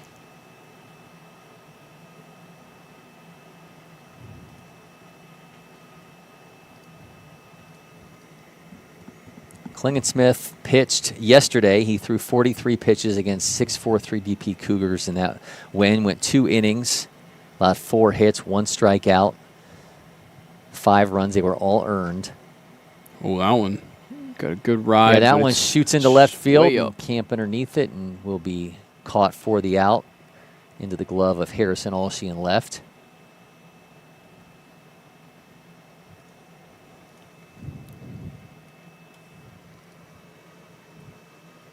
So Case and Cole now up with 1 down.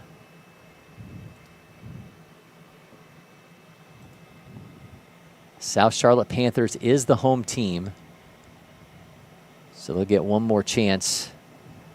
See if they can pad things, or if Texas 12 can pull even, we could end up seeing this go the distance. Of course, our championship games here are played across all 7 innings. We do not play within the 1:45 time cap.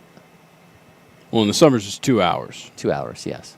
Yeah. But then they definitely don't play within the yes. 1:45 time cap. There's still 15 minutes on the clock, but no clock in play here, though it is on the scoreboard. Try to frame that one. Cole 0 for 1.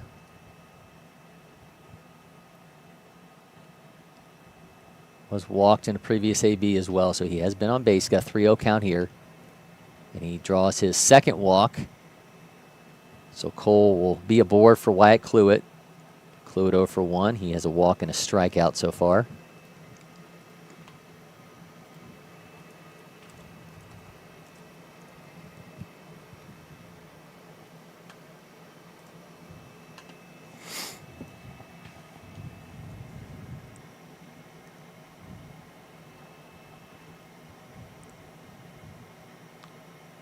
Smith sets up, delivers.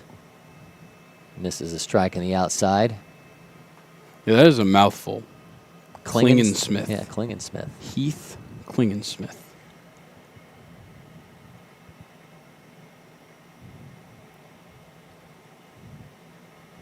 See if that runner wants to go. Try and take the double play out of order.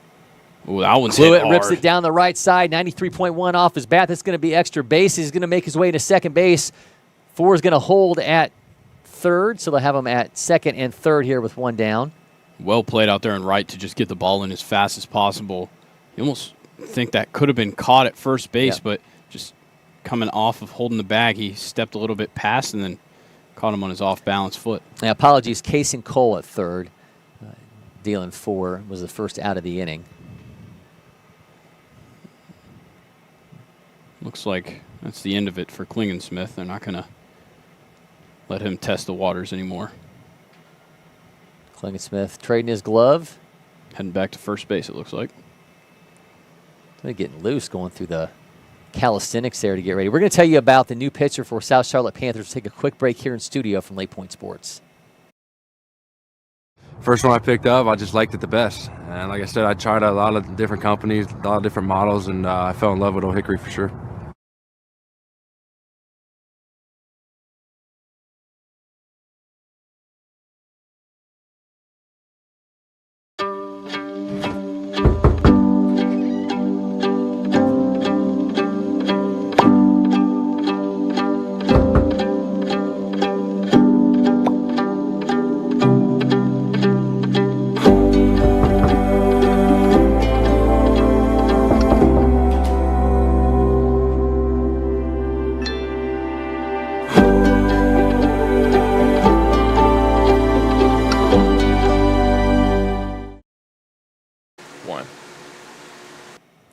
We are back. Cory, McCartney, Grayson, Rosen with you. Believe that we've got Grayson McGinnis, who was playing second base, switching over. There's 2 number 3s listed on South Charlotte Panthers roster, one of whom is John Kirkpatrick, but McGinnis was in the field, so by reason of deduction, we believe we're looking at Grayson McGinnis on the mound here with 1 down in the 6th. Not to say that our reasons haven't failed us before. Nor has our deduction.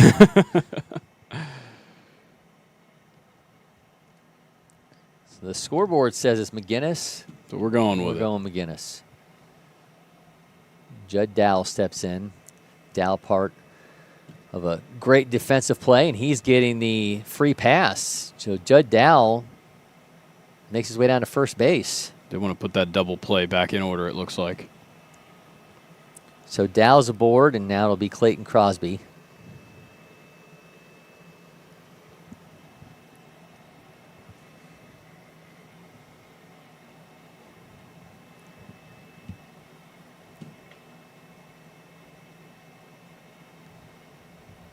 First pitch nearly hits our camera again. Yeah. That's 3 times today. That camera's screaming for its life right now. We did in the break get some breaking news. A little Jeff Passenbaum that for the Boston Red Sox, not the Texas 12 Red Sox, they're going to be calling up Roman Anthony, the #1 prospect in baseball. Had Roman here playing for both IMG Academy and Canes, so he is a big-time bat now coming up and having made his way through LakePoint Sports now to the majors. And the other night, it gets away from him. Wild pitch. Here comes a run. We've got a tie ball game. Yeah, that was tricky. It looked like it came off the catcher's knee as well and just shot up in the air. That's a really tough one to play. Runners at second and third now. Clayton Crosby with an opportunity to put Texas 12 ahead here with 1 down in the 6th. See if he's up to the task. The Cy-Fair 2026. I was going to say that Roman Anthony came up in a similar position and hit a 500-foot home run for a grand slam, but now the grand slam is not in order, but if he wants to hit it 500 feet, I welcome it. Unless he hits my car. I was going to say, your car is actually, I saw it coming in. It's not in a good spot. We can actually see it. It's not in a good spot. We can see your car back there behind that little white car in the top right corner of your screen. That's the Rosen mobile, so we'll see if 500 feet might pass that. Yeah. Well. Yeah. Please don't hit it. I don't know what I would do. That's what insurance is for. Yeah. Comes the 3-0 to Crosby. He's aboard via the walk. Okay, now the grand slam's back in order. And it is in order potentially here for Tyler Ramos to DH. Does Ramos have some magic in that bat, the Texas City 2026? He'd have to go Oppo, though, to do it. I don't think he's going to do it. Yeah. I think your car is safe with Ramos at the plate. Well, I'm glad. But the base paths aren't. This guy runs a 6.6 60. Maybe one of the fastest catchers you'll find. I was going to ask Shooter Hunt about this the other day, but it feels like the athleticism for catchers has just ratcheted up of late. No one's going to go foul. Which is funny because when I had Ty Holt, a catcher here in studio for the #1 player in Arkansas in 2027, playing for White Sox Scout, that generation of catchers really likes Yadier Molina. Yeah. But they're all so much more athletic than Yadier Molina. Yes, yeah. Which makes it kind of funny. When you're a catcher, I think a lot of times you're mostly a defense guy. And you kind of pride yourself on what you get to do behind the plate, rather than if you're a shortstop, maybe you're not like, you might be a good fielder, but it's all about the bat, it's all about the speed and whatnot. I think the catchers really like the defensive side, and that was obviously Yadi's bag. That one goes foul as well, just barely. But you think the fact that most of them are better hitters than Molina and more athletic, you think they would lean more towards like a Real Muto. Yeah, I think he's more the gold standard now, but I think when you're talking defensive catchers, it's hard to get better, especially for this generation, than Yadier Molina. Comes the 1-2. We can mention the home run leader in Major League Baseball right now, Cal Raleigh. That's true. A North Carolina product. Not sure what travel organization he was playing with, but I put them in the same generation. I think Pudge Rodriguez was the better overall catcher, and that's going to hit him and bring in a run. Yeah, hit by pitch results in another run for Texas 12, makes it 4-3. They do have that advantage now as Ramos gets hit by a pitch, and guess who's up? The guy who delivered a 2-run double last time he was at the plate, Ryan Steele. Yeah, and that's really tough to see if you're South Charlotte Panthers. Two things extremely avoidable. The wild pitch that had a pretty nasty bounce off the catcher, and then now a hit by pitch to bring in these 2 runs, and you're just hoping you can get out of it. And on top of it, you issued that free pass when you made the pitching change, and now that's come back to bite you as well. So Real Steele steps in. He's already done it once before. A 2-run double on his ledger. Ryan Steele's back at it. That one. Oh, it's right into the third baseman's glove. Everyone will retreat. 92.4 off his bat. That could have been an electric moment, but great job defensively there. I think that's to eat Brady that Marshall. one. Yeah. Wow, man, that was a tough play at third, but holds on to it. Yeah, they kind of rearranged this whole infield when McGinnis came in. Okay, because that was initially Parker McGee at third. Yeah, that's Marshall now. McGee moved over to second base after the pitching change. We're back to the top of the order now with Bryce Nixon. Steele with a hard hit ball that was caught at third. Everyone managed to retreat, but now 2 down, the bases loaded. Yeah. Texas 12 has taken a 1-run advantage off of a wild pitch and a walk. Well, that one's pieced up a little bit. It's going to be in a tough spot to make a play. It drops in between the center fielder and the second baseman. 2 runs are going to score. Are they going to give him the ball? Did it go into the dugout? It did not, so we'll have him at second and third, and Bryce Nixon comes through and pads this lead for Texas 12. 68.6 off his bat, but able to drop in between the second baseman and center fielder and makes it a 3-run advantage here in the 6th. Yeah, this is an absolutely huge inning for Texas 12. They needed this bad. They've capitalized on errors. They've come up in the clutch spots and just made it happen in this inning, and now they find themselves with a 3-run lead real late in this one. 4 runs they have plated here in the 6th, and it may not be over yet. Davidinko Rodriguez steps in with 2 on and 2 down. He's 0 for 3 today, looking to change that and add to this lead. It's in for a strike. Pressure mounting now for South Charlotte Panthers. They just need an out if they want to get out of this and try and spark up another good inning offensively. See if they can do exactly what they did last time and just match them.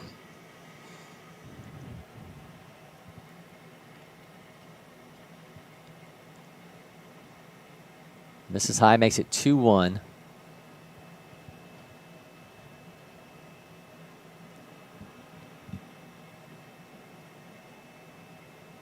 Dalen 4 in the on-deck circle. If he comes to the plate, Texas 12 will have batted around in this inning. Yeah, this has been absolutely huge for them. See what we get here. Big swing and a miss. Good breaking ball. Count is full. 2 on, 2 down. We have seen 4 runs scored by Texas 12 in this inning. And that'll be all. And that'll be all of it. But they have the advantage as we move along to the bottom of the 6th inning. You're watching the MPI 17U championship game from LakePoint Sports. Hot summer days call for cool adventures in Cartersville, Museum City. Beat the heat indoors with jaw-dropping exhibits at 𝗟𝗓𝗩𝗘 Science Museum and the Savoy Automobile Museum. Hit the water at Terminus Wake Park, kayak the Etowah River, or head to Lake 𝗟𝗓𝗪 for fishing, boating, and unbeatable lake days.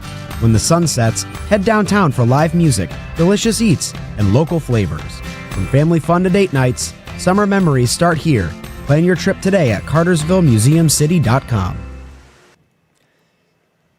You are watching the National Program Invitational. Cory McCartney, Grayson, Rosen with you. I've seen Texas 12 go out to a 6-3 lead over South Charlotte Panthers in this one as we move along to the bottom of the 6th inning. 5 runs for both teams.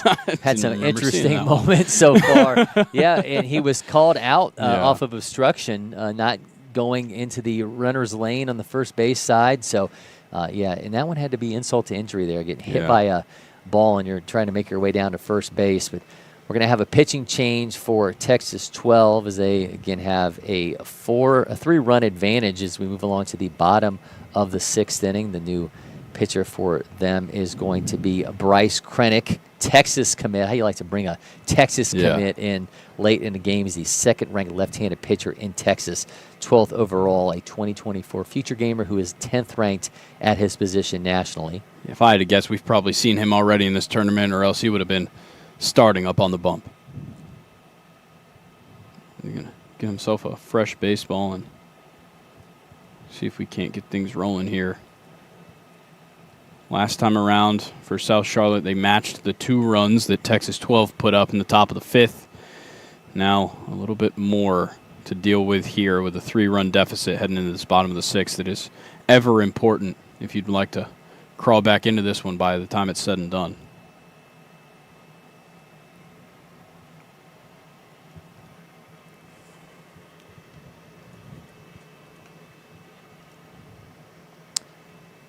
Well, you asked, and I'll tell you, Bryce Krennic has thrown 72 pitches so far across this event. He pitched yesterday against U.S. Prime Aces, a really tough squad that we had featured on one of our watch parties.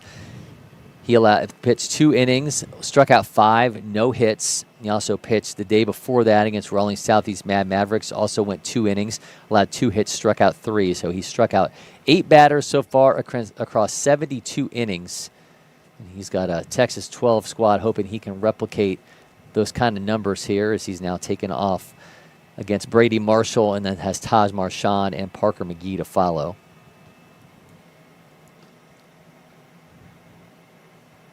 A big workload, 72 pitches across 2 games. We'll see how much they can get out of Krennic here.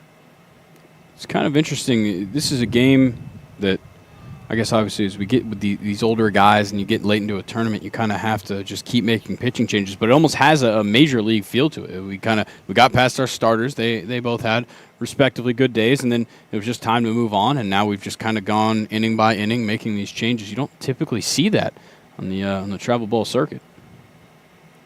Misses to make it 1-2. Let's say big time arm that Texas 12 has the luxury of bringing in to try to hold this down and extend their opportunity here to leave as 17U champions in the MPI. 91.1. How do you like to do that after you're entering your third time you've made an appearance in this tournament? 70-plus pitches, and you still got 90-plus in that arm. Yeah, have the ice pack waiting. Comes a 2-2 from Krennic. Got him. Froze him. Oh, and he's showing some emotion out there. Feeling himself in the championship game. He goes down on strikes, and now it's Taj Marchand with 1 down. Marchand is 1 for 2. He might be a Texas commit, but he's giving me Tennessee closing pitcher vibes right now. Those guys are robots up there. It's still the SEC. It's still orange, too. Very different, though. Don't play with those 2 schools' oranges. He goes changeup, 80.1. He just operates quick up there on the mound.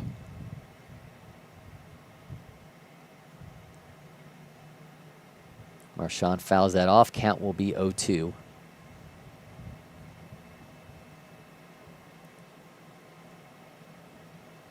I'm enamored by the way this guy moves on the mound. He looks professional up there. I like the glove set, just kind of almost like, he's just staring down the batter with that glove set up like that. He also barely leaves the mound. A lot of times you see a guy finish his follow through, kind of go out into the grass. He just kind of stays in his little circle there. That one's in play. Marchand has it into center field for a base hit. Key 1-out hit now for South Charlotte Panthers as Marchand is aboard, and that'll bring up Parker McGee.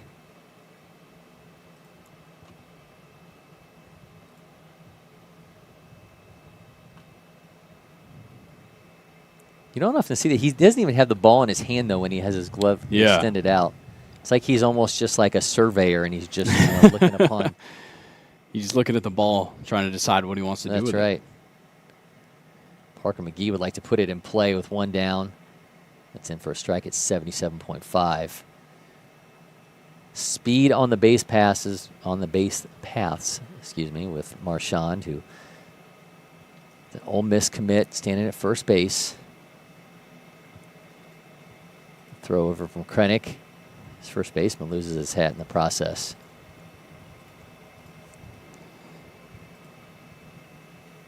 Marchand with some sportsmanship. He picks the hat up for the first baseman and gives it to him.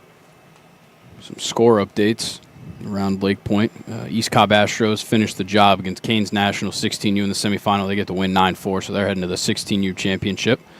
And in that other semifinal, we are looking at a now a 4-3 lead for 6-4-3 in the bottom of the 6th.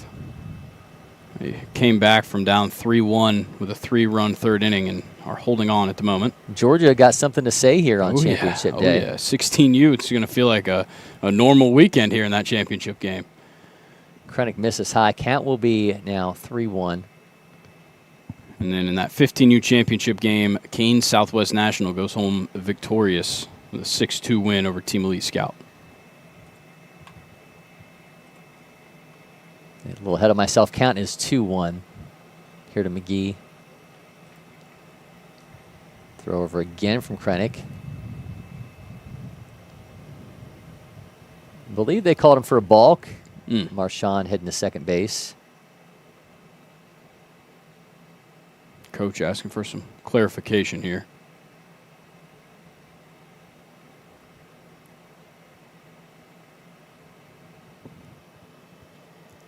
Making his way down towards the home plate umpire. Yeah, that's John Pullen behind the plate. I think telling the coach that's first base's call over there. That's Jason Malone's call. He's still going to get the earful.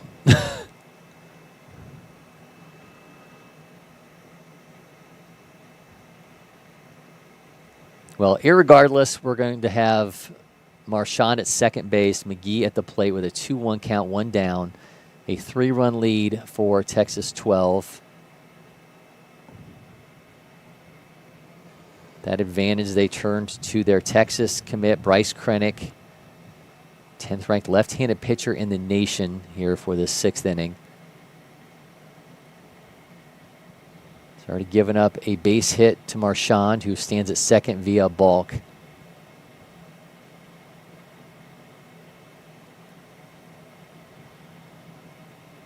Skips into the catcher's glove and count now 3-1. Got to be tough for a guy who knows he's thrown his fair share of pitches already this weekend to come to a situation like this, and now knowing that the pressure is back on you. Comes a 3-1, and he issues the walk to McGee, so there'll be runners at first and second as Maddox Moore steps in. McGee with a fancy bat flip there on the walk. Moore, or he, as he's more affectionately known here at LakePoint, 𝗟𝗩𝗘. Yeah, I would love to know where that came from. It's still just kind of blowing my mind. Let's see if I'm just going to have a conversation up there.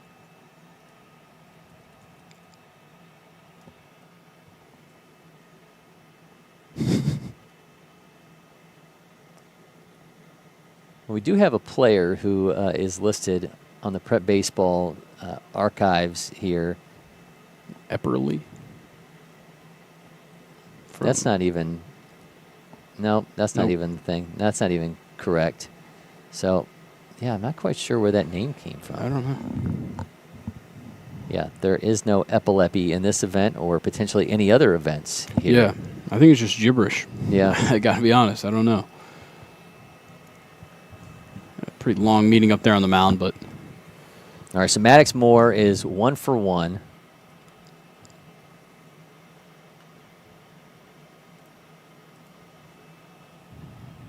Bryce has been walked once, scored a run. Krennic now has that double play back in order if he wants to try and get out of this one in just one pitch.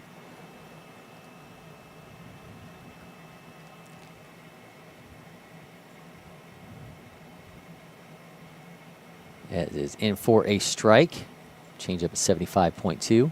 We've seen our fair share of flashes of leather in this game, so don't be surprised if we have a little more in store here. Moore lays off. Count will be even. A big run-scoring opportunity for South Charlotte Panthers that I think at this point in the game you just can't afford to pass up on. You do not want to leave this inning without at least putting another one up there.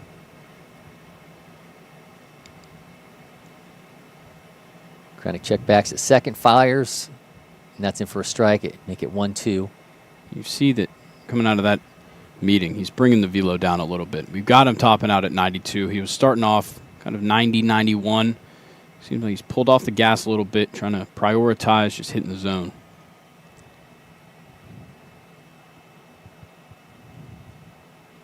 Comes a 1-2. Got him looking. Got him with the punch out. Krennic gets a strikeout. Second time he's left a guy frozen this inning. Fire up the bat signal. Mr. Freeze makes an appearance. Yeah. Now it's Tanner Pope. Well, looks like maybe Pope left the lineup when he got pulled because that is Heath Klingensmith, I believe. You are, in fact, correct. Tell Number from 34. the stature in there. Yeah, Klingensmith, Third baseman has it, throws. Nixon gets him. They get out of it. Wow. Bases are loaded to end the inning. A big defensive moment once again for Texas 12. They have a 6-3 lead as we move along to the 7th inning, the final inning of the 17U championship game from MPI. The Windscreen Factory, more than just windscreen. We're a full-service sports facility contractor. We manufacture windscreen for sports and construction, do fence repair and installation, and fabricate field netting and batting cages. In addition to manufacturing the products, we also install upon request. We make safety padding for backstops, rails, and walls, as well as full-service print shop with logo, branding, and signage capabilities. Please call us for a quote today.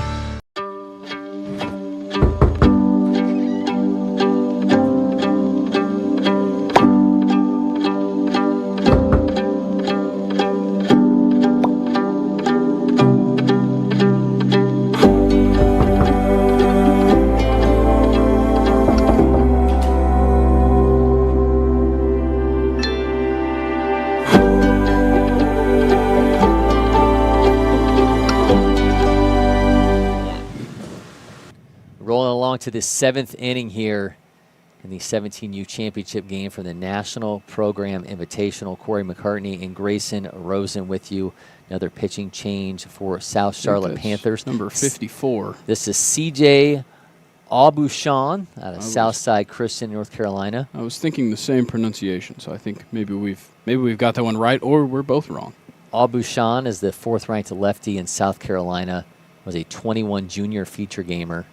6'4", 195-pounder out of Southside Christian. They sure have some genetic beasts on this team. I mean, he looks giant up there. He looks like he might be taller than Heath, who was like 6'7". Well, those are some long pants. He's going to be facing I think it Dylan might be Ford. that. It could be the long socks as well, making him look taller.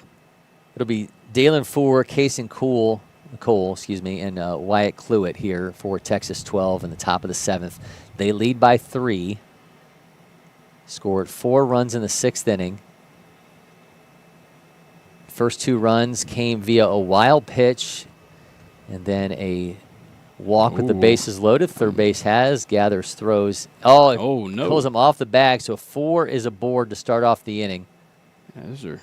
It's almost like you take too much time. Yeah. Sometimes. It's interesting how sometimes that quick throw by the third baseman, they can make the wild throw at third, but you give him too much time.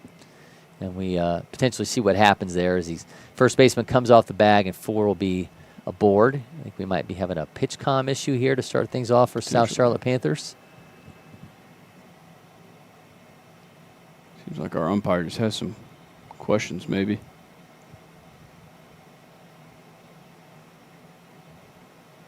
Well, nonetheless, there'll be 1 on now for Casey Cole.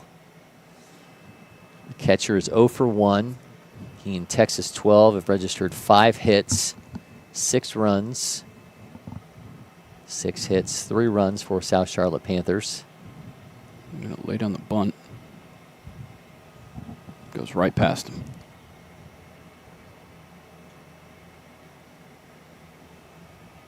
Could be tremendous for Texas 12 if they're able to put a few more runs on the board. We're going to have a defensive substitution real quick. Looks that way. Or some kind of swap. Davidenko Rodriguez heading back out to second base.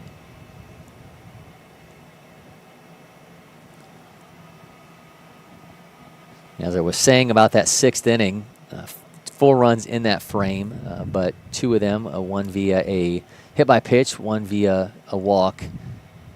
Wild pitch, excuse me, in a walk.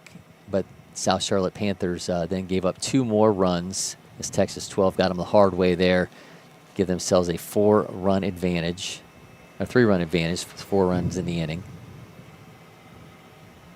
Trying to add on that, Casey Cole again at the plate, a 2022 junior feature gamer.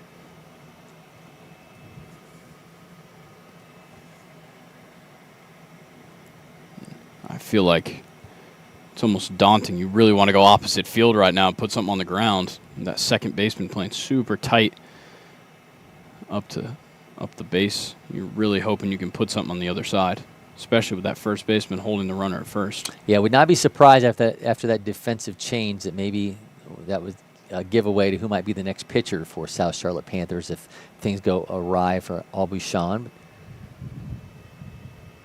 He's got a runner at first. Nobody out. 2-2 count now to Cole. I think I accidentally was looking at the wrong number 12 when I talked about that defensive substitution. I Well, I just thought maybe David Enko Rodriguez changed yeah. teams or something, Yeah, but maybe he's that's just- Parker McGee that went out to second Okay. base. I saw number 12 that played second base, and I said, all right, it's him.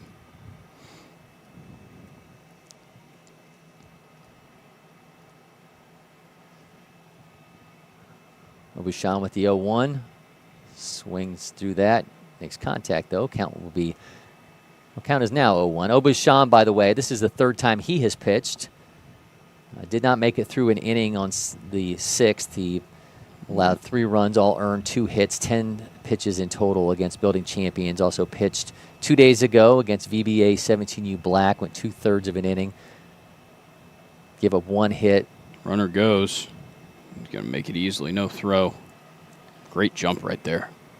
Well, that time against VBA Black went 2/3 of an inning, allowed 4 runs, 1 hit, 2 strikeouts in that one. He's thrown 44 pitches in his previous 2 appearances. He's got Wyatt Cluett now, 1-1 count. Cluett put that in play. Nope, it's going to go foul. First baseman cuts it off, though, throws it back to his pitcher. Dalen Ford getting really aggressive out there on the base paths. Already stole second, and with nobody holding him, he is dancing around out there at second base. A little gust of wind. Trying to close our doors here. Cluett jumps on that, Ooh. 97.6 off his bat. That was into the left field gap. It's caught, though, by the center fielder. Runner taken off for third, though. Great work tagging up. Yeah, Dylan Ford with some heads-up base running. Holds and able to advance off that hard-hit ball by Wyatt Cluett. So another runner in scoring position for Texas 12, who already lead by 3 here in the 7th. I think that wind might have killed that one a little bit. If you saw it while the video was zoomed out, you could see the American flag blowing straight towards our camera behind the plate, and that's the dead giveaway that things are not going to be flying out of the park. Judd Dowell is 0 for 2. There's that wind we were talking about if you're looking into the studio. Yep. Runner at third for Dowell, swings through that. Healthy cut on that one. Right now, you'd just love to throw in another insurance run.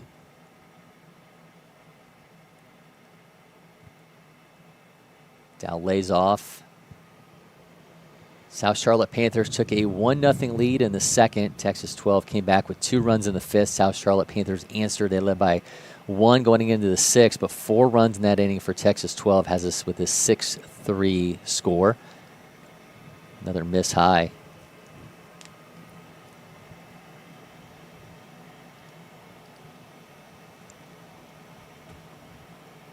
C.J. 𝗟𝗡𝗩𝗡 on the mound for South Charlotte Panthers.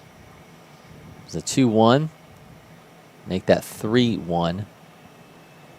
If Dow gets aboard, we're going to get another look at Clayton Crosby.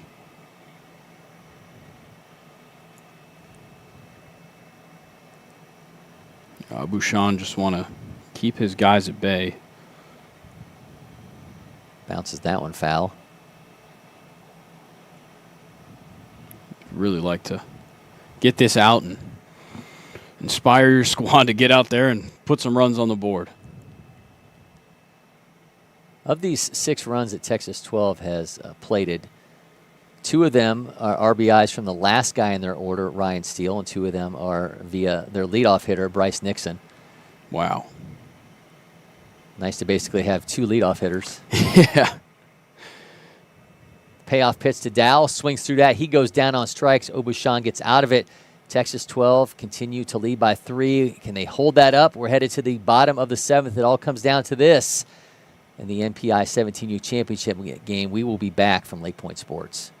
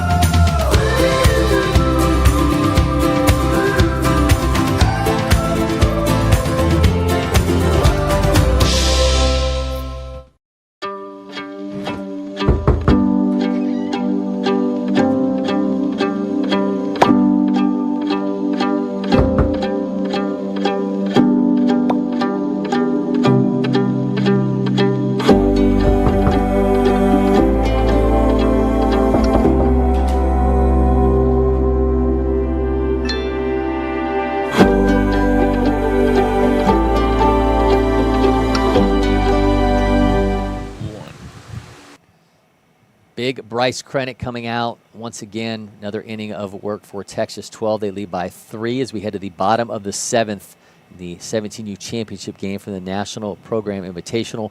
Cory, McCartney, Grayson, Rosen with you.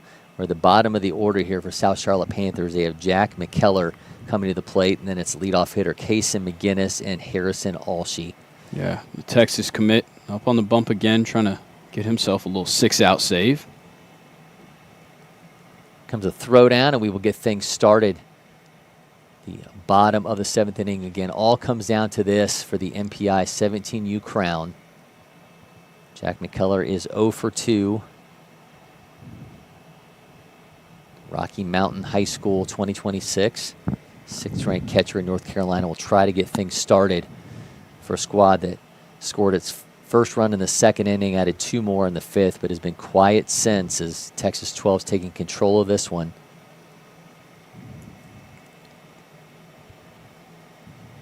It's in for a strike. Yeah.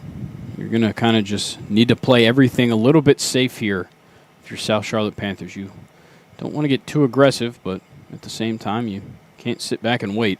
Swings through that foul. Count now 0-2. We are 90-plus pitches into the count now across 3 days' worth of work for Krennic. Katy Taylor High School. That last pitch looked like it went off somebody's mask, either our catcher or our umpire. Comes Krennic with the 0-2. Oh, that one's pieced. Yeah, that one is roped into left center for a base hit. So McKellar is aboard. Trouble. There we go. Picked it up in time. But all right, he gets it in. McKellar will retreat to first. Keller wanted to just test him a little bit. Do we get a courtesy runner for the catcher? Doesn't look like he's given up his spot. All right, so McKellar will hold it first. Now top of the order with Kaysen McGinnis, 1 for 3. 2024 future gamer, uncommitted, 7th-ranked shortstop in North Carolina. He's got a runner aboard.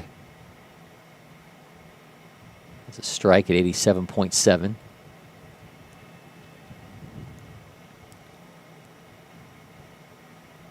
Krennic's been going to that towel quite a bit. When it's a little bit wet still on the fields and pretty humid after that pouring rain we got, you're going to want to keep doing that.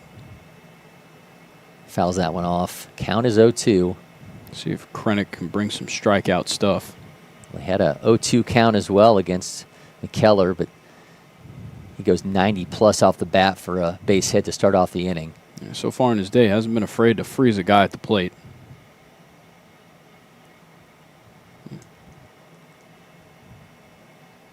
Misses there, makes it 1-2. Okay, so last time he goes to the towel, this time goes for the turf pellets to dry off the hand.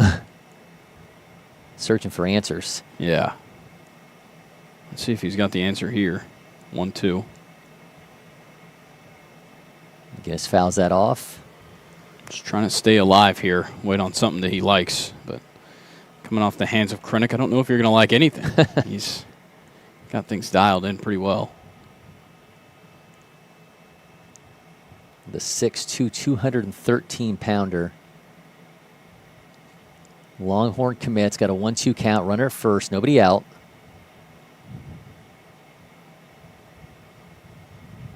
McGinnis lays off that, count will be even.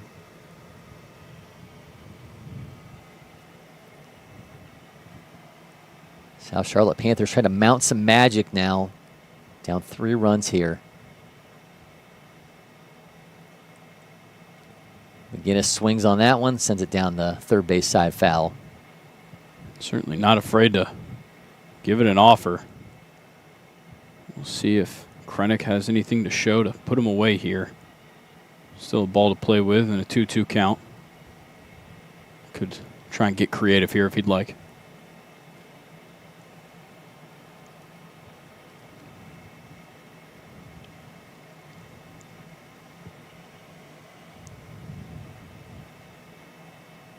Digs back in, comes Krennic with another 2-2.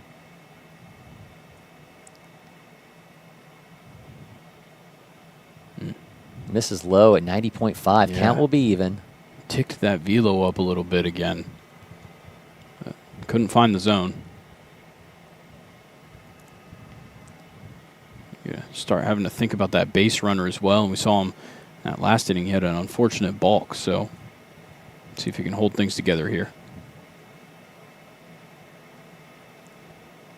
Did that hit him on the foot? Looks like it did hit him on the foot. It Definitely hit him on off the the foot. reaction. All right, McGinnis is headed to first after the hit by pitch, so there'll be runners at first and second as Harrison Alshey steps in. Nobody down, so Alshey represents a tying run. Yeah, McGinnis limping it out pretty good down to first base. A little bit of a skip. I have a conversation with Krennic up there, just trying to let him know that his guys have got him.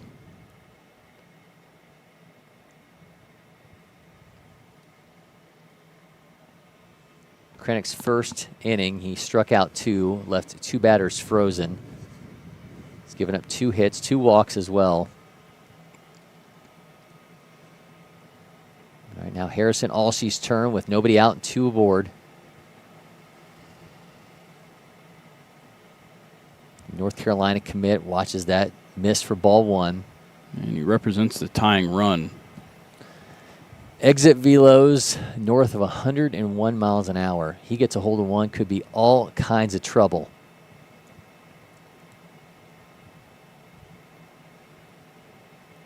Krennic has struggled to throw strikes in this additional inning of work. Ooh, that one nearly hit the camera again. That camera, I think these guys want this one replaced. Yeah. That's what it seems like. Maybe they're not happy with it. I mean, that was the closest one yet. Yeah, I think so. It was either that one or the one that we saw the full seams on. Yeah. That went just right of our camera. Alshey 0 for 3. That's a strike. Count now 1-2. Let's see what Krennic's got. He's found himself in this position before in this inning, but just couldn't quite put it away. Well, he's dialed up the degree of difficulty here with 2 on, nobody out. UNC commit at the plate. He's got bat speeds around 75. Bit of a murderer's row as you get to the top of this lineup for South Charlotte Panthers. Yeah, I mean, you've still got to deal with Gunnar Ulm and Brody Marshall as this inning continues. Brady Marshall, excuse me, as this inning moves along.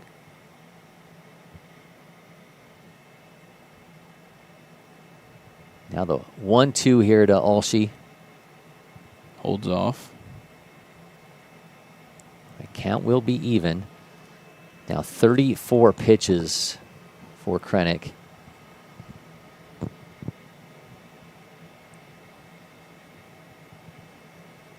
believe he threw 36 in each of his previous 2 outings. He's getting close to that number here. Next pitch will be number 35 for this appearance.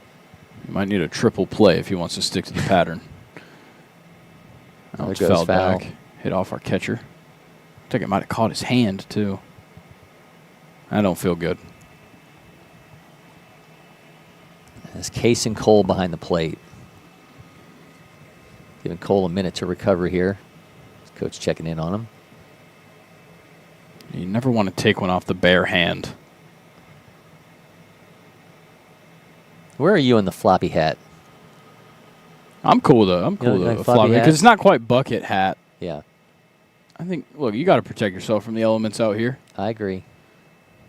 We saw him in the Yeah. prep baseball clubhouse tour. I think I can get behind. I don't have the hair for it. Yeah. Unfortunately, my hair is a little long. It doesn't really work with a hat of that nature. Here comes the 2-2 to Alshey. 2 aboard, nobody out. He represents a tying run for South Charlotte Panthers. Searching for their first run since the 5th inning. Swing and a miss, and he is angry. Yeah, he's livid as Cranky gets his 3rd strikeout. Whew. Now it's Gunnar Ulm, the NC State commit. So another future Tobacco Road star replaces the previous one at the plate. Trying to cash in. Inch closer to Texas 12 on the scoreboard. Ulm's 1 for 3.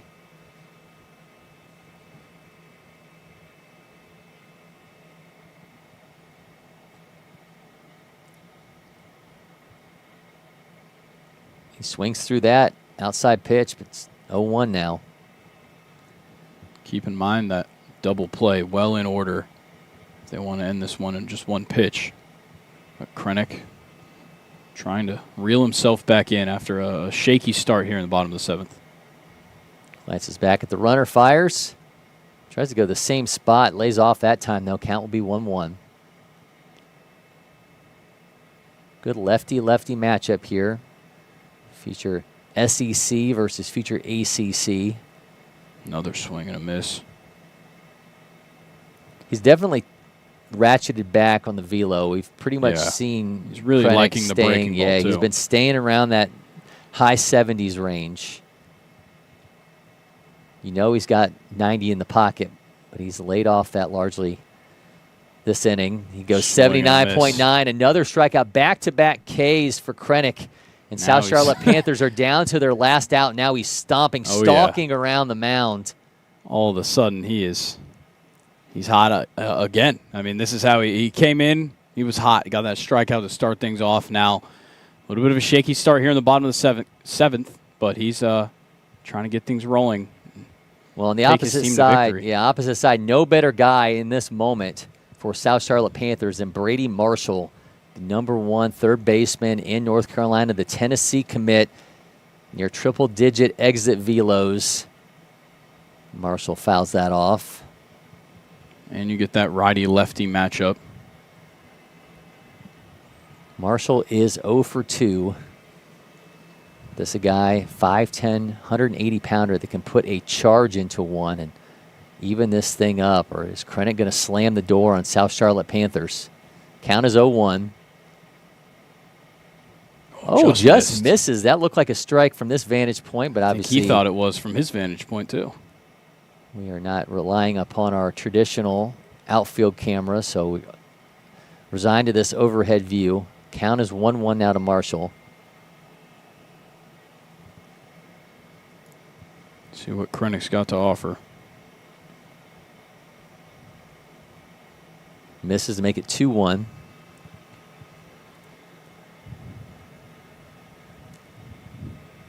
If Marshall were any further back in the box, he'd be in the catcher's back pocket. Yeah, I pointed it out in his last at bat. He does crowd the plate just a little bit. You see it once he gets those hands up. He's pretty well elbow to the edge of the plate, so got to watch out for that as well. Oh, he crushed that one. Marshall charges into this one, 95.7. That is headed into the center field. Nope, it's caught. Texas 12. Krennic pumps his fist. They are 17U champions of the National Program Invitational.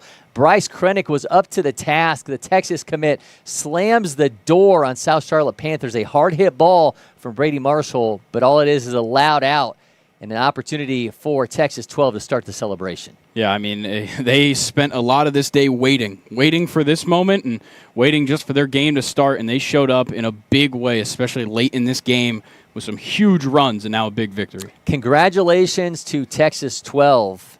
They are your champions of the 17U division of NPI. We're going to take a break in studio. When we come back, we're going to talk moment that matters, player of the game, and more as we put a bow on one of the best events of the summer here at LakePoint Sports. The Windscreen Factory, more than just windscreen. We're a full-service sports facility contractor. We manufacture windscreen for sports and construction, do fence repair and installation, and fabricate field netting and batting cages. In addition to manufacturing the products, we also install upon request. We make safety padding for backstops, rails, and walls, as well as full-service print shop with logo, branding, and signage capabilities. Please call us for a quote today.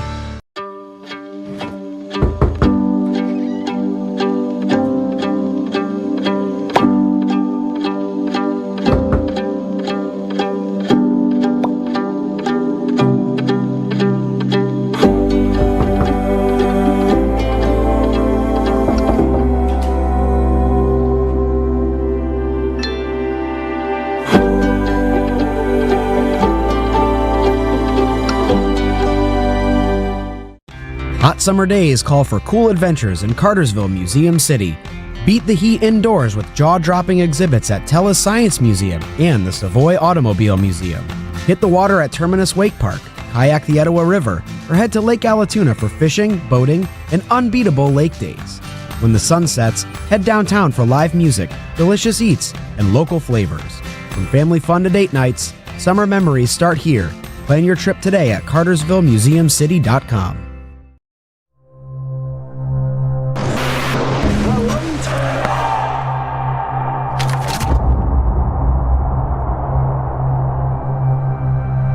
We're here at LakePoint Sports, the site of the first Curve Test Center.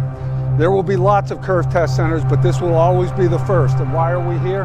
Here for a couple of reasons. One is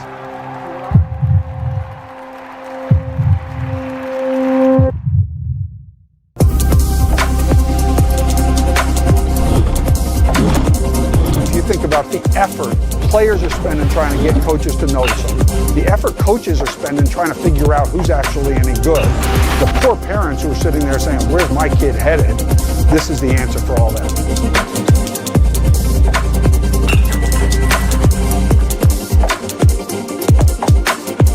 Everyone wants to be seen, right? Sometimes what can be seen is data. So it's hard to get in front of coaches at all these programs at once, or even the school you really want to go to. So using data helps us a ton. And as long as it's reliable and there's something that can give us better information with the small sample size is what we're looking for.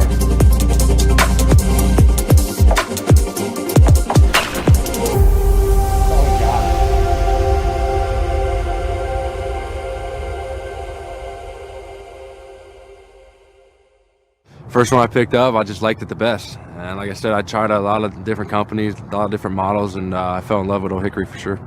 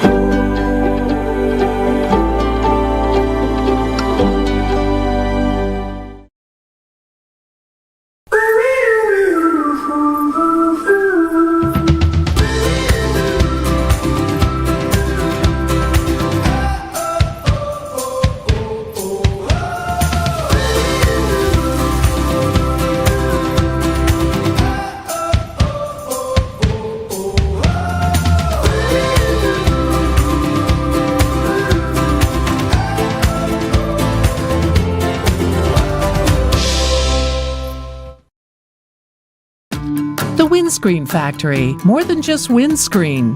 We're a full-service sports facility contractor.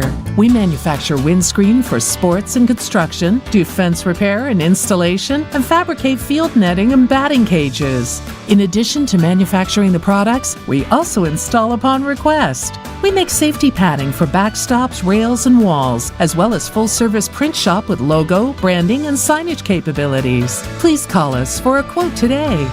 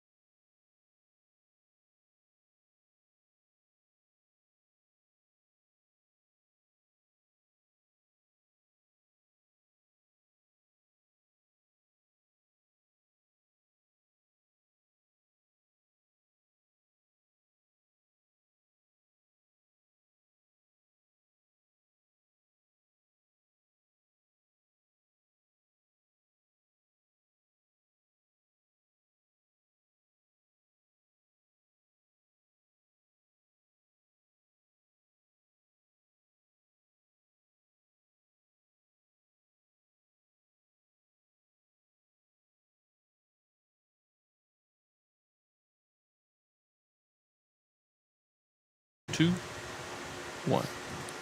Welcome back to Lake Point Sports. Cory, McCartney, Grayson, Rosen with you. National Program Invitational coming to a close. We had 3 watch parties.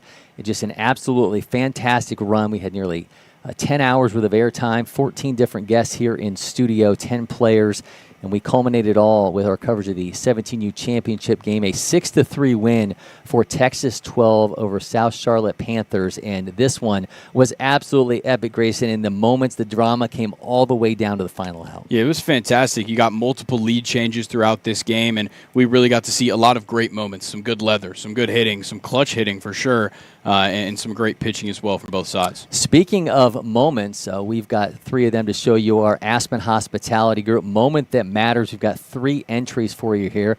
Start off with Ryan Steele. Delivers a 2-run double in the 5th inning that gave Texas 12 its first lead of the game. The Victoria East outfielder lacing this one into center field to plate 2 runs. Next up, we go into Gunnar Alm. Doubles, and just when it looks like South Charlotte Panthers are going to get another run back in the 5th inning, Judd Powell goes to cutoff man Dalen Ford, fires it home to Kalen Cole, and they get the runner at the plate. Some fantastic defensive work there by Texas 12. Yeah, you're definitely fearing a bad spot there run-wise. Final entry, another 2-run double for Texas 12. This one off the bat of leadoff hitter Bryce Nixon, one of 2 hits on the day for the Hargrave shortstop. Make your pick. Those 3 plays, which one was the moment that mattered to you? I mean, if you're talking about what changed the outcome of this game, it's obviously Nixon's double, but that play, that beautiful relay from the outfield. Yeah. I know they were on the losing side of it, but that was a beautiful, beautiful play. And it was so key because Texas 12 scored 2 runs in the top of the 5th inning. We saw South Charlotte Panthers get 2 back. That would have been another one that could have changed the complexity of this, and obviously a gigantic moment. And Judd Powell goes to Dalen Ford, a case and cool. They mow the runner down at the plate. One of my favorite plays so far here of this summer. And as we move along to the IHG player of the game, this one was tough because you had Ryan Steele. We showed his 2-run double. You had another 2-run double from Bryce Nixon, part of a 2-hit day for him. I thought Bryce Krenick, though, making his 3rd appearance of MPI, comes through as the 3rd pitcher of the day for Texas 12. The Longhorns commit out of Katie Taylor, earns a 6-out save, punching out 4 and showing some serious emotion in doing so and slamming the door on South Charlotte Panthers. Yeah, and he's a 2024 future gamer, makes his return back here to LakePoint, and that left-handed pitcher, that Texas commit, brought all the energy that we could have ever asked for and that his side needed. A 6-out save for him, 4 strikeouts, caught some guys frozen, and also just had no problems bouncing back from a bit of a shaky start in the 7th. Holds it down for the side. Just a tremendous effort. And like you said, his 3rd appearance of the tournament. And I think the biggest thing for Krenick, the maturity that he showed, he can ratchet it up. We saw him hit 92. He took a little bit off, started relying more on the secondary stuff, and just was a massive matchup problem for the South Charlotte Panthers as this one wears on, and he ends up as our player of the game in a 6-3 win for Texas 12 over South Charlotte Panthers. You'll, of course, be able to find our post-game interview with Bryce Krenick, the IHG player of the game, across our social media channels, so make sure you're following Lake Point Sports everywhere to check that one out. Now, we'll be back Saturday with coverage of the Prep Baseball Challenge. We're going to eye a 10-20 game between Nelson Baseball School and BC Athletics out of the 16U division. So make sure you join us for that one. Like all of our broadcasts, will be available for free on Facebook, X, and YouTube. Until then, for Grayson Rosen, Jack McCartney, Avery Hunter, producers, Mason Moreau, and Maddie Bullock, I'm Cory McCartney. And for now, we're signing off from Lake Point Sports.